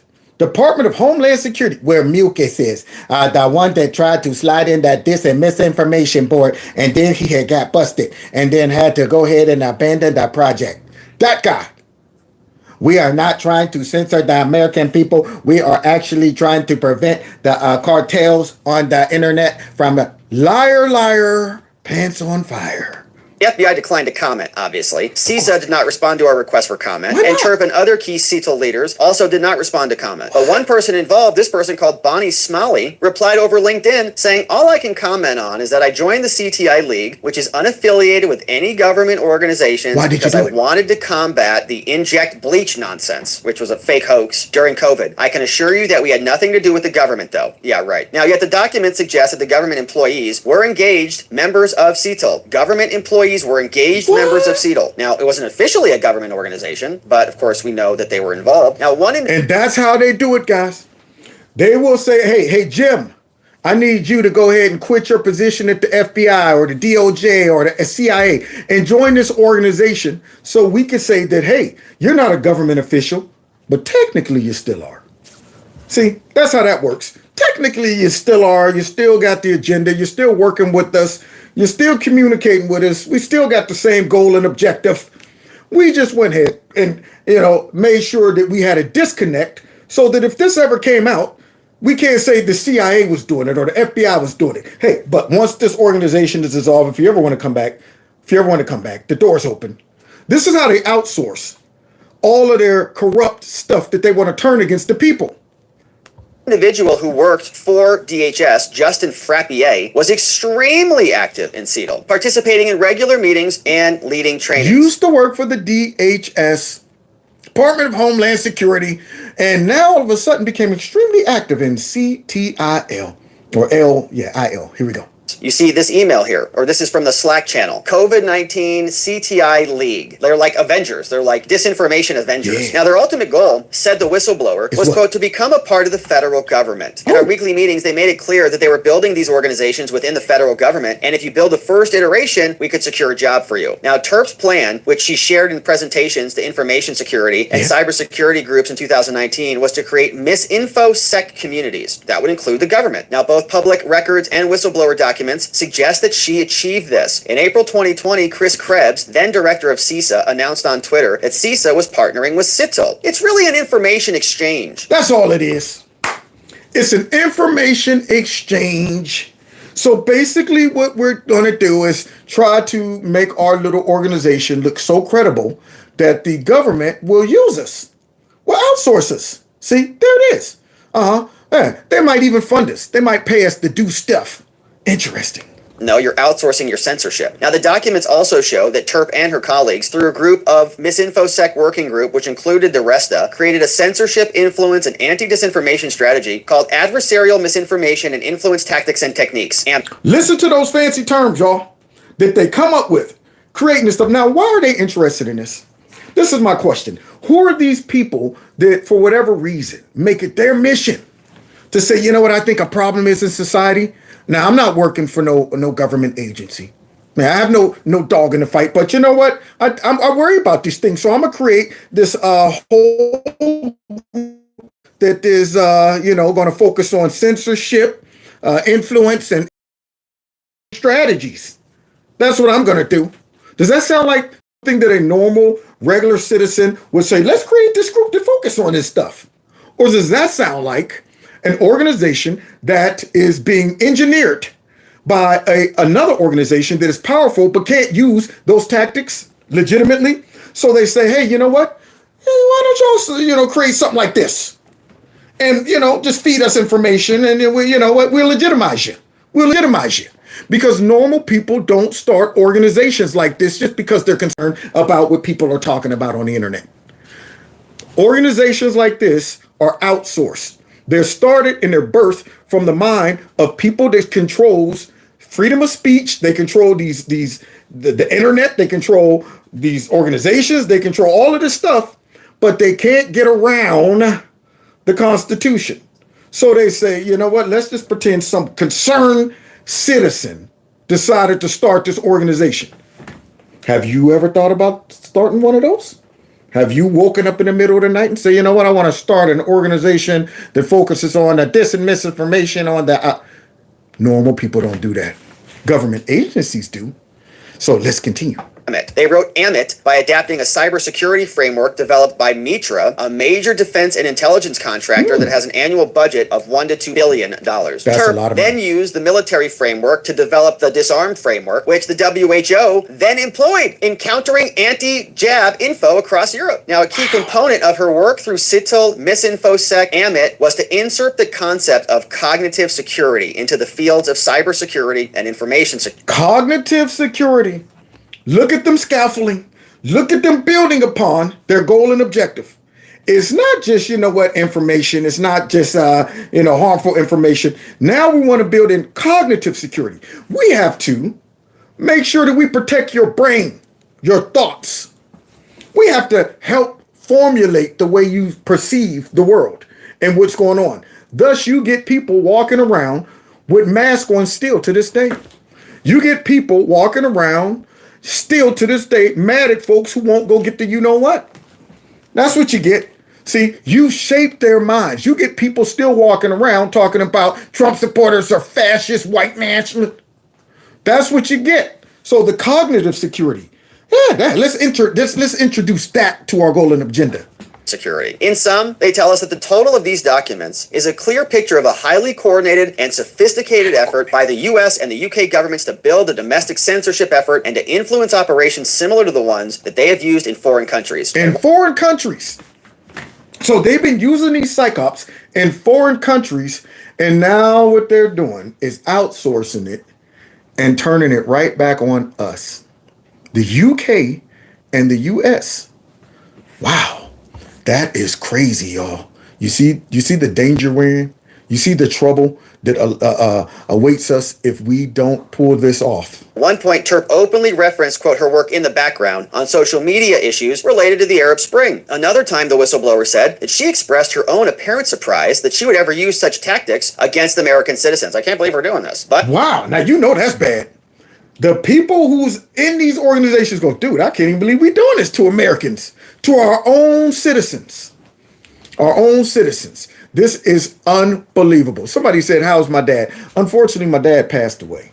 He passed away in August 15th. But I do thank you very much for asking. All of you guys were so wonderful when it came down to asking about old man Teddy and checking on him. And he put up a heck of a fight for 2.5 years. So I thank God for giving me an extension of old man Teddy in my life for 2.5 years. So I appreciate that. Yes, indeed. Now, let's continue, because old man Teddy was a veteran. Yeah, he served so we could have freedom, and it looks like our freedom is in jeopardy. I can't sit back and let that happen. Trump, according to the whistleblower, roughly 12 to 20 active people involved in CITL worked at the FBI or CISA. For a while, there it is.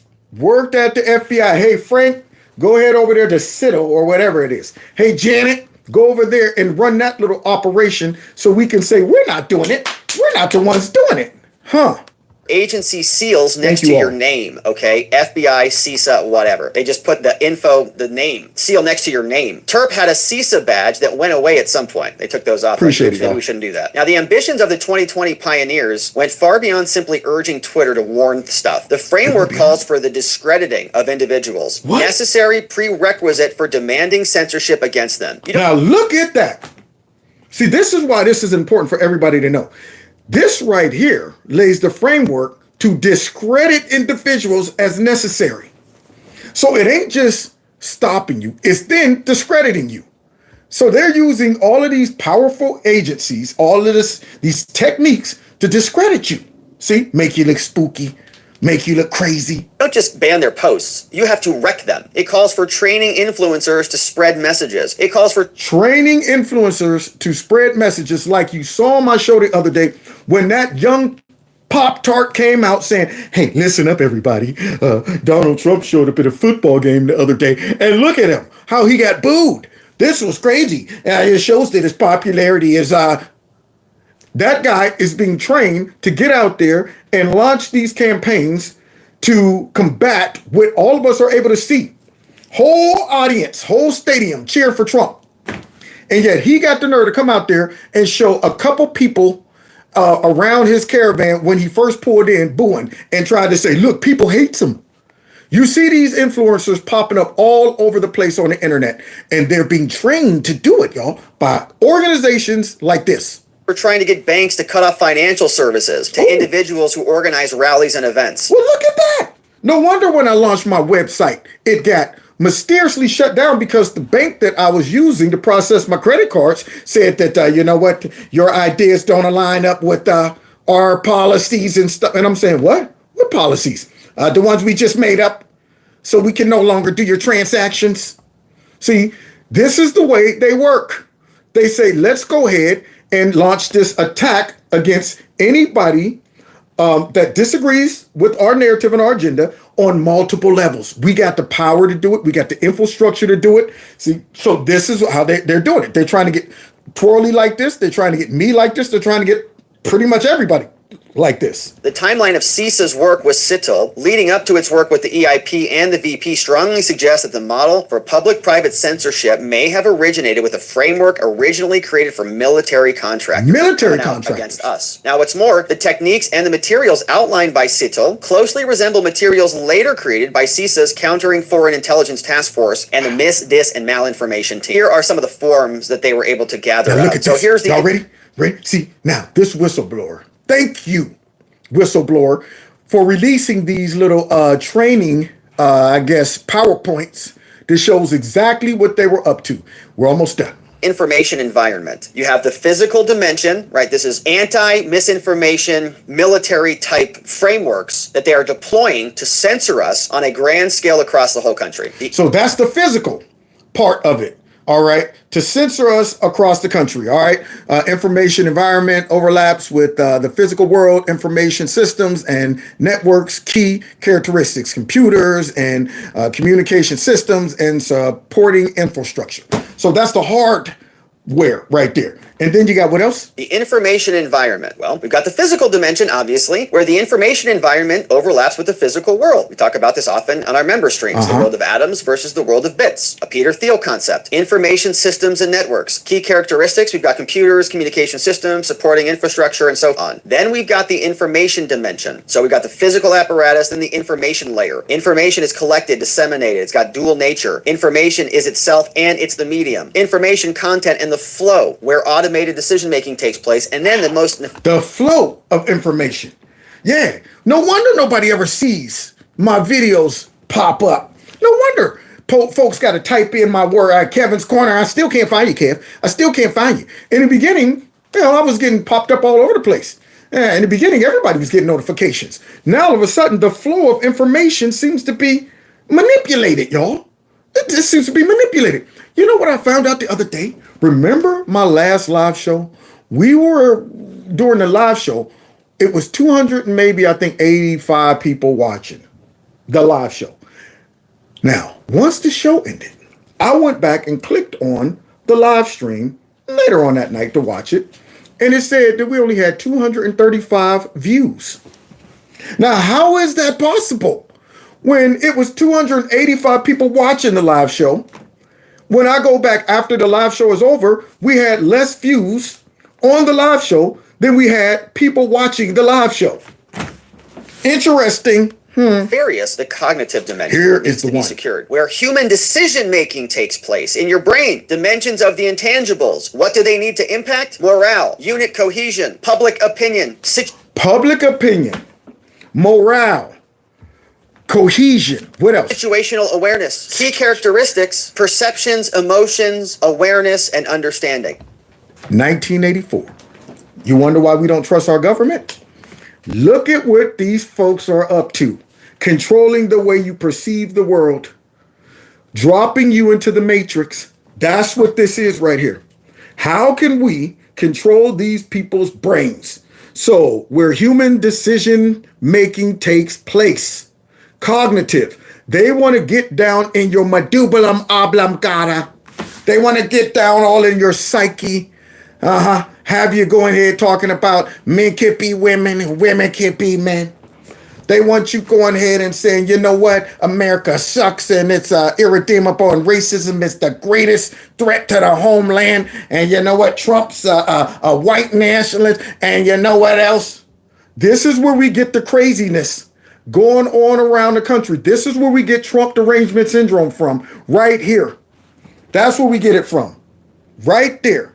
They need to get involved in that. So they published all sorts of stories saying that they were just volunteer cybersecurity experts and former Israeli intelligence and Microsoft security manager. Now, these articles claim that these highly skilled professionals just decided to help billion-dollar hospitals all on their own time. But apparently, they'd grown to 1,400 members in 76 countries. They helped to lawfully take down 2,800, quote, cyber criminal assets. At every opportunity, they were removing stories. Now, Turp and Pablo, other leaders, they had backgrounds as former military contractors, and according to her bio, she also designed machine learning algorithms on aerial systems for the UK Ministry of Defense. So these people are smart people. Brewer is a former... So you get all of these people with these technical backgrounds, and you get them together all on one agenda, and it is to control the flow of information, the perception of what is going on around the country, to be proactive when it comes down to outthinking what people might think.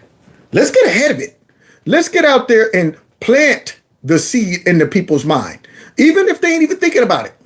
Well, let's get out there and do that. Let's not be reactive. Let's be proactive. Former U.S. Navy commander. According to his bio, he also was a senior military advisor, innovation officer at SOFWorks, Naval Central Command. He's got the creation of CITL on his LinkedIn page. In 2018, Turp attended a 10-day military exercise organized by U.S. Special Operations Command, where she first met Brewer and others. Now, they admitted on a podcast that her aim was to bring military tactics to use on social media platforms. Brewer said, I wear two hats, the military director of the Donovan Group and SOFWorks, which is completely unclassified nonprofit. Here's the countermeasures framework. Wow. To bring military tactics to U.S. citizens. Why would they do that?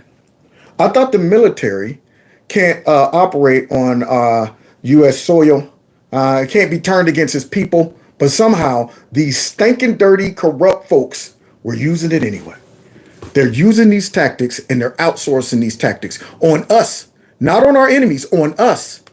Which is just incredible. Look at this blueprint. So this is what they do every time there's missing. And I'm sorry we're going a little long, but we're coming down the stretch. We got a couple more minutes left. But this is important for us to know what they're doing, man. This is how serious of a war we are in against our own government. Disinformation. Planning. Have a disinformation response plan. Improve stakeholder communication. Make civil society more vibrant. Make civil society more vibrant. According to them. Team disinformation, design mitigations as soon as something hits, platform regulation, etc. At the bottom. Platform regulation. Bottom on all of these columns. Objective planning, tabletop simulations, media literacy through games, educate influencers. Media literacy through games. So now they're trying to go ahead and attack us mentally through games, through all kind of stuff. They're using all of this. This is crazy. Oh boy. Somebody said, what video is this? Shoot, what is his name? Somebody tell me what his name is. Is it? I got it. I'll make sure that you get a chance to see who this is, because I'm not even going to show the rest of this video because I didn't want to make this live stream too long. But with Robert somebody. But if you look him up, you'll see it. Robert, what's his last name? If somebody put his last name in there. Here we go. Legal action against for-profit engagement farms, right? Take them out. These are what these people are planning to silence your participation in the next election. How dare your cognitive framework deviate from their defined narrative? Here's how they're going to prepare. They're going to find and train influencers. What? They're going to remove old and unused accounts. They're going to fill in... Remove old and unused accounts. There, Robert Govey, I don't know how he pronounces that. So now, look at this. No wonder all of my accounts have just been going backwards. And they're saying, oh, we're doing it because these people aren't active and all of that stuff. But yet I get people resubscribing and saying, man, I got unsubscribed and I didn't even know that I was unsubscribed. Some people are saying, Kev, I didn't even know you were making videos anymore. So YouTube is just saying, well, let's see. Kev got too many subscribers. This person hasn't been active on his channel for what, 2 weeks? Let's go ahead and remove them. It's stuff like that. What else? Information voids. Stem the flow of advertising money. Stem the flow of advertising money. That's why I got to always argue to make sure every video that I upload is monetized. That's why they automatically are demonetized, and then I got to fight to get them monetized. That's why they are limiting the monetization and making it hard for us to make a living using their platforms. That's why I can't get somebody to process my darn, what do you call it?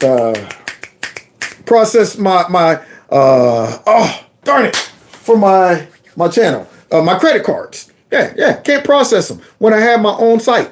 Yeah, they wouldn't process it. Yeah, you know what? Your money's no good here, Kev. Sorry. Yeah, because your values don't align with us. That's why I can't do that. We got demonetized for 9 months after January 6th. 9 months. They just demonetized the whole channel. Sorry, you're done. Yeah. And that can take out somebody, man. So it was a big hit. It was a big hit. Fortunately, I had a law firm at the time. So stem flow of advertising money, right? It's critical. They're doing it again. You're seeing them demonetize people and nuke people. Honeypot social community. Oh, gosh. So that they can just catalog everybody. Here, rate limit engagement. Redirect searches away from disinfo. So they redirect searches away from info. No wonder when I typed in all of the times the media lied on Donald Trump, enter. And what did Google give me? All of the times Donald Trump has lied. I didn't ask Google for that. I said all the times that the media has lied on Donald Trump. And Google said, I know what you want, but I'm going to redirect that question to Donald Trump and all the times he's lied. No wonder when I'm looking up stuff, they make sure that they do everything they can to put that down 6-7 pages. Isn't that crazy? Huh. They can just take your search away. Honeypot, a fake engagement system. Okay, so like be cognizant out there. Like when you're traveling around talking to people, bots to engage and distract the trolls. Like this is military grade tactics. Probably with AI, ChatGPT, LLMs all over the place. Strengthen verification methods, verified IDs, prohibit images in political channels, add metadata, add warning labels, infiltrate disinformation platforms. Look at that, infiltrate disinformation platforms, basically platforms that don't agree with us. And then of course, verifying IDs. That's what they tell me. See, some of your subscribers, we can't verify their IDs, so we just had to remove them. We assumed that they were all fake accounts. Interesting. You see the game plan? I wonder if they do that for liberal networks. I wonder if they do that for liberal commentators, or all of their trained commentators that are trained to put out positive things that support their narratives. Do you think they remove any of those people? No? Okay, here we go. Social media source removals. Infiltrate in groups. Infiltrate. Are you guys watching here? You Sitel punks? I hope you're learning something. Hope you're taking notes out there. Name and shame disinformation influencers. What? Name and shame them. Look at these tactics, y'all, that we've all seen and was just wondering, like, where's this coming from? Why are they doing this? All coordinated. So, infiltrating chats, infiltrating groups, kind of like our FBI has been doing, but this is cyber. And then, of course, naming and shaming folks. Maybe charge them with crimes. Maybe arrest them. Ensure platforms are taking down accounts. Marginalize and discredit extremist groups. Marginalize and discredit extremist groups by simply calling them extreme.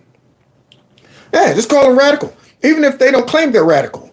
Even if nothing about their beliefs are radical, as long as we, as this corrupt entity, label them radical, we can go ahead and say, get this group down. They're radical. Yep, it's a big psyop. And incident actors from funding sites, countering social engineering training. Wild. Okay, so this is what our military is doing. And then also in the execution, let's see what else. Pump priming, they say. Micro target, likely targets with counter messages, train journal. Counter messages. So here I put out something. No wonder in Facebook, every single time You post something, they always put a little counter thing at the bottom. How about that? Let's show the opposite side of this.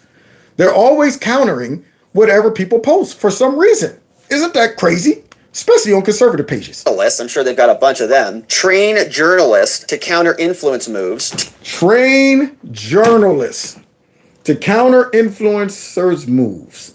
Interesting. No wonder we got Joe and Mika. We got all of these folks out there. Can you believe what they're saying? These people are all, Tool transparency. Ask the media not to report the false info, which they'll oblige. Coordinating with the media. Don't report this. No wonder we ain't heard nothing about Joe Biden receiving all of this money. Isn't that crazy? You would think that would be the top story on MSNBC and CNN with all of this money and these checks and stuff that's been deposited into Joe Biden's account. But for some reason, they're not reporting on it. Why aren't they? Stuff like this. Repurpose images with counter messages, so steal your content and then reuse it. Engage in payloads, don't engage in payloads. Hashtag jacking, social media amber alerts, remove and rate limit bots, cut off banking access. These people cut off your banking access so that you can't access your money. Wild. Influencer disavows misinfo. Expire likes and retweets. Mark content with ridicule. Expire likes and retweets. Gotta get rid of those. We don't want it to look like folks liking stuff. Now, do you understand the level of just government overreach right here? And yet they're out here trying to say, this ain't a government agency right here. We're just using the government agency's tactics and telling y'all that, hey, this is just a private organization that is controlled by a lot of folks that used to work for the government. And they're using the same tactics that our government and our military would use on other countries. But now they're using it on you guys, and they're partnering up with big tech to do it. And it keeps the hands of the government clear because they're saying, hey, we ain't got nothing to do with this. Ain't got nothing to do with this. This is scary, y'all. This is scary. And this is what we're up against. And they're turning up the heat as we go into 2024. And decelerates, ridicule the other side, humorous counter narratives. Okay, this is stuff that we do here. You know, we lampoon the other side. It's very effective, and they make it easy, which is why they have to silence us. Like, these are some of the things that we do to mock and hammer them, and so they need military operations to counter this, right? Satire. And they still suck. See, it's forced. When they try to counter our satire and our ridicule and our lampooning, it sucks. I'm sitting there like, y'all ain't even funny. Yeah, y'all give us material constantly with y'all craziness. And then when y'all try to do it, I'm like, ha, hardy, hard. That's not even funny. So that's what they be doing in a lab. They secretly be doing this, y'all. They got a serious booklet. This is their playbook right here. Ridicule, lampooning. These are the tools that are thousands of years old. I've been doing this since the dawn of time. Ridiculing and lampooning the people in charge. But they want to use those same tactics because they want to silence you. And they can't. They will never match me with my nasty Pelosi and my creepy, sleepy, sleazy, slimy, sloppy John impressions and my Hank Johnson impressions and all of that. They'll never be able to match it. Dang on it. We're just a live stream, okay? This is the military, right? They've got go physical. Don't even know what that means. They don't have anything under there. They probably left that one off the chart for a reason. Go physical. Don't know what that means. And persistence. DMCA takedown requests. Spam domestic actors with lawsuits. What? Look at that, man. Spam domestic actors with lawsuits. Domestic. It's an official tactic. Scary stuff. And see. Domestic. Spam domestic actors with lawsuits. Not, international. Domestic. Us, our citizens. Seize and analyze botnet servers, right? This is happening to certain people. Like, for example, you can say, hey, this is like a weaponized tactic. Like, they're going after, like, hunters using some of these tactics, right? Going after Garrett Ziegler and those guys at Marco Polo USA. Here, evaluation. They also want to poison monitoring and evaluation data, whatever that means. Poison the monitoring and evaluation data. And they want to bomb link shorteners with calls. Add random links to network graphs. These are people just wrecking the internet for their own, purpose, wrecking free speech. And it is a government-private partnership, all in the interest of securing their narratives. This is what else they've got for us. Here, They have attackers and defenders. We've got some tools here, artifacts, narratives. Whoa, this whistleblower dropped all of it out there. I wonder how they're going to defend this in court. That's not what it means. What are they going to say? Huh? The whistleblower put out their diagrams here. Attackers and defenders. Incidents and campaigns, and I actually don't like this color coordination. I don't think it's a bad slide. But here, all of this, Brewer went on to describe how they got around the First Amendment. He says he worked with Turp. He explained this was a way to get non-traditional media partners into one room. They reported sweeping government censorship during the first 6 months of 2019. They analyzed incidents, numerous reporting systems. In every incident mentioned, the victims of misinformation were on the political left. Wow. Included Obama, Podesta, Hillary, and Macron. Wait a minute. The report. Oh, y'all hear that? That's how they justify it. We're protecting victims of all of this stuff. Now, who seems to be all the victims that they're talking about? Look at who they've defined as victims, y'all. Interesting. Was open about the fact that its motivation for counter-information were the twin political earthquakes of 2016, Brexit and the election of Trump. They said the victims of misinformation were on the left, right? So we have to stop the misinformation to protect Obama, Podesta, Hillary, and Macron. Now, a study... Look at that! They're partners. They're friends. See? They pick who the victims are. Now, isn't that bizarre? Yeah, just like Ireland. Oh, yeah, we have to protect the people that are victims, and we have to revoke your freedoms because let us decide who the victims are. So when you hear them talking about freedom of speech and all free speech isn't free, and we have to police the internets for hate speech, and we have to protect the marginalized, they're deciding who that is. It is anybody who believes what we believe, we'll protect them. Any of our corrupt politicians, we'll protect them. Any of the narratives that we want pushed out there, we'll protect them. Any of the corrupt organizations that the people on the right are calling out, we will protect them. They're all the victims. We'll choose who the victims are and who the villains are. And for some reason, we never end up as the victims. Isn't that crazy? I want to be a victim. Why can't I ever end up on the victim side? But instead, it's always the people that are on the left. The antecedents said that we have to stop the usual useful idiots. Now it's our brains that are being hacked, and we have to... So they're saying we're the useful idiots. Isn't that funny? Focus on information that, quote, changes beliefs and changes narratives. Now, the report laments that the government and corporate media, they no longer have full control of information. Here's what the report says. For a long time, the ability to reach mass audiences belonged to the nation state. In the USA, we had broadcast licensing through ABC, CBS, and NBC. The government controlled the message. Now... And this is the problem. As we come to the close, they lost control of control. That's what it is. They lost control of their ability to control what we think, what we see, what we perceive to be right and wrong. When the internet came on the scene, they didn't take into account that, whoa, these people could get on here and look up what we're saying and see if it's true. They can form groups and start communicating and see that I'm not the only one out here thinking this. We got a whole bunch of people that's saying, yeah, you're right, man, that does look strange. And now they have to work backwards to get that control back. And thus they form all of these things to regain that control. However, control of information and informational instruments has been allowed to devolve to large technology companies, and they've been blissfully complacent in facilitating access to public information by other means. Yeah, we have shows like this. The authors advocated for police, military, and intelligence involvement, including the Five Eyes nations and Interpol, to suggest that we need a new framework to stop this. Police, military involvement. These people are advocating for this. They're advocating for 1984.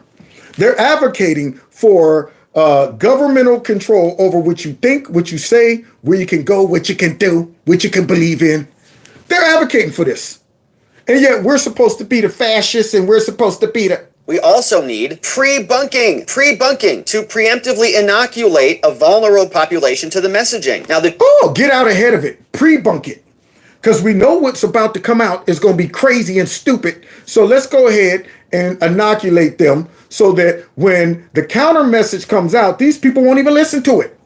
See, they got a lot of crazy people running around the country right now that you could tell them something that is absolute and they will turn off to it. I don't care. You can't even tell me. You're sitting there, you do realize that's not really what happened. Nope. That's where they want to get people to. They want to pre-bunk. Get them to a point where they don't even stop and say, well, I'll listen to you. Nah, we want them to stop you at the door. My brain ain't capable of even listening to an alternative narrative. That's where they want the people at. The view of disinformation was overtly political. They said most misinformation is actually true, says Terp. But it's most misinformation is actually true. And that's the problem. Set in the wrong context. Now, she's an eloquent explainer of the strategy of using anti-disinformation. Says you're not trying to get people to believe lies most of the time. You're just trying to make them change their belief sets. And so trying to make them change their belief sets. Because our messages are more rooted in reality, common sense, all of that. See, their messages are so diabolical often, so crazy, that they have to do stuff like this to get people on board with it, or to keep people ignorant to it, or to make people complicit and compliant. They have to do this stuff. See, we're bringing good ideas, common sense. We're supporting America First values, all of these things, patriotism, freedom, which stands in the way of these people controlling. See, all of that stuff. And they're going, man, y'all are pain in our butt. So now we got to come up with bulletins and little organizations and all of this infrastructure to deal with y'all. Now imagine what happens if we lose this next election. the in-group now, somebody else says this is a violation of our First Amendment. And this is, the report goes on and you can see here, they were flagging these, right? No more lockdowns. You got flagged for If you put no more lockdowns out there, you got flagged. Misinformation. You have an alerting, you have an organization process, you have a collection process, and you have an action process, all working to silence all of us. Here's the timeline. They created and established the mission statement. They worked their papers. They created a techniques list. They refined the timelines. These people were thorough with their suppression of speech and all of that. The protocols, they had a black hat presentation, they had different population counters lists, blue team workshops, and so on. An entire censorship industrial complex focused on us, focused on our participation, sick things that are happening. Focused on us. Now y'all see what we up against? Now, unfortunately, because of exactly all of this stuff we just went over, this message probably won't reach the masses. It will allow them to continue to do exactly this stuff right here. And who cares if only we know about it? Shoot, they already know we're on and hip to them. See, so they use all these tactics to bully us, silence us, and do all of that stuff. They want to make sure they keep this message from getting to the people who don't know that they're doing this. The people who would blindly and ignorantly support all these tactics, thinking that, you know what, all they're doing is fighting against fascism and fighting against white nationalism and racism when they're doing this stuff. All they're doing is trying to keep us safe from the bug, and they want to make sure that everybody is safe. They want people out there doing that. If they could control at least half the population, keep them on board or keep them ignorant, they're okay with that. It's when this starts to become contagious and all of Americans start to go, whoa, man, hold up, y'all. That's when it's a problem for them. And that's what they're fighting to control. They're fighting to keep control over the population, what they think and how they perceive what's going on. We are the last of the resistance. It's conservatives out there just saying, man, but we up against a monster, y'all. Because they got the money, they got the power. And I'm going to tell you, if they can stop the president, they can stop Trump from getting in. He's the only one that could unravel with just the stroke of a pen these agencies. Now, if Trump gets in and he doesn't do that right away, it will give them time to sabotage him. You see what they already got. You can't play around with these people. You got to get in there and immediately unravel all of it. Destroy the infrastructure. It got to be done immediately. Immediately, or else they will regather and come up with something else. And we'll be sitting back looking at this stuff again. And if they ever get back in control, if they stop Trump, oh boy, they're going to be like, y'all made it tough on us, see? So we really about to drop the hammer on y'all. You think y'all didn't have free and fair elections then? Oh, y'all won't have none moving forward. You think you was worried about us controlling your money then? Now that Trump's off the table, woo, we gonna let y'all have it. And that will be the end of the world as we know it. That's what would happen. Because I would not go quietly in the night with that. I'm not going to sit back and let these people just abuse me when it comes down to this stuff. So God bless y'all. I know this was a little longer, but seeing all of this stuff that they are up to, I mean, you got to get this message out. You got to let people know, man. You know they're up to this stuff, right?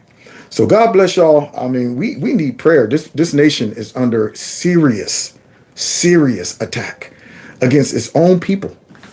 Look what they're trying to do, man. And it's scary. It's sad. It actually breaks my heart because you want to believe that we are one nation and we have the same goals and objectives to empower and strengthen our nation and to support the values that we all uphold and believe in that makes us feel like we are different. But when you see stuff like this, it makes me feel like, boy, the ideal of America is still pure. But the reality of America, it makes me feel like really we're no different than China right about now, North Korea, or Japan. I mean, not Japan, but the Russia. All the countries that we swear up and down, these people don't believe in democracy, and yet we got our own government doing stuff like this. And I'm sure there's even worse stuff that they didn't report. So let's keep the fight alive. Hey, support the channel if you can. You know where the link is. It's right next to, right in the About section if you want to give to the my monthly fundraiser. Feel free. If you can, share my videos. Follow me on all the other platforms. Don't forget, subscribe to my other channel just in case craziness takes place here. And let me see if I forget anything. Check out the store. Somebody said, please, Gizmo. Where is Gizmo? Here he is. Gizmo. They're requesting you. Come here. Come here, Gizmo. Yeah, they're requesting you. Yeah. I punk rocked his hair. Yeah. He's rocked out. Jig, jig, jig, jig, jig, jig, jig, jig. Look at that hairstyle. Yeah. That's what I'm talking about. So you can get some Gizmo merch in the store. So check that out. All right. Other than that, God bless y'all. God bless America. We need it, man. I will be back tomorrow. Same time, same place. Won't be a whole hour. I mean, it won't be 2 hours tomorrow. It'll be just an hour tomorrow.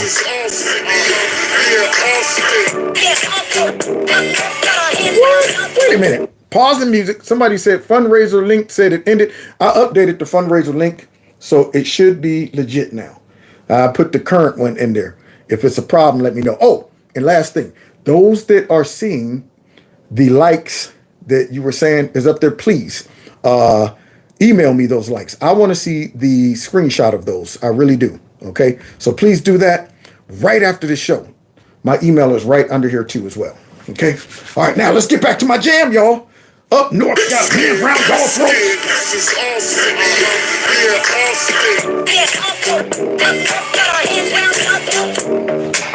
I know you see the goals. I know you see the eights. I know you see the way we tear up the place. Yeah.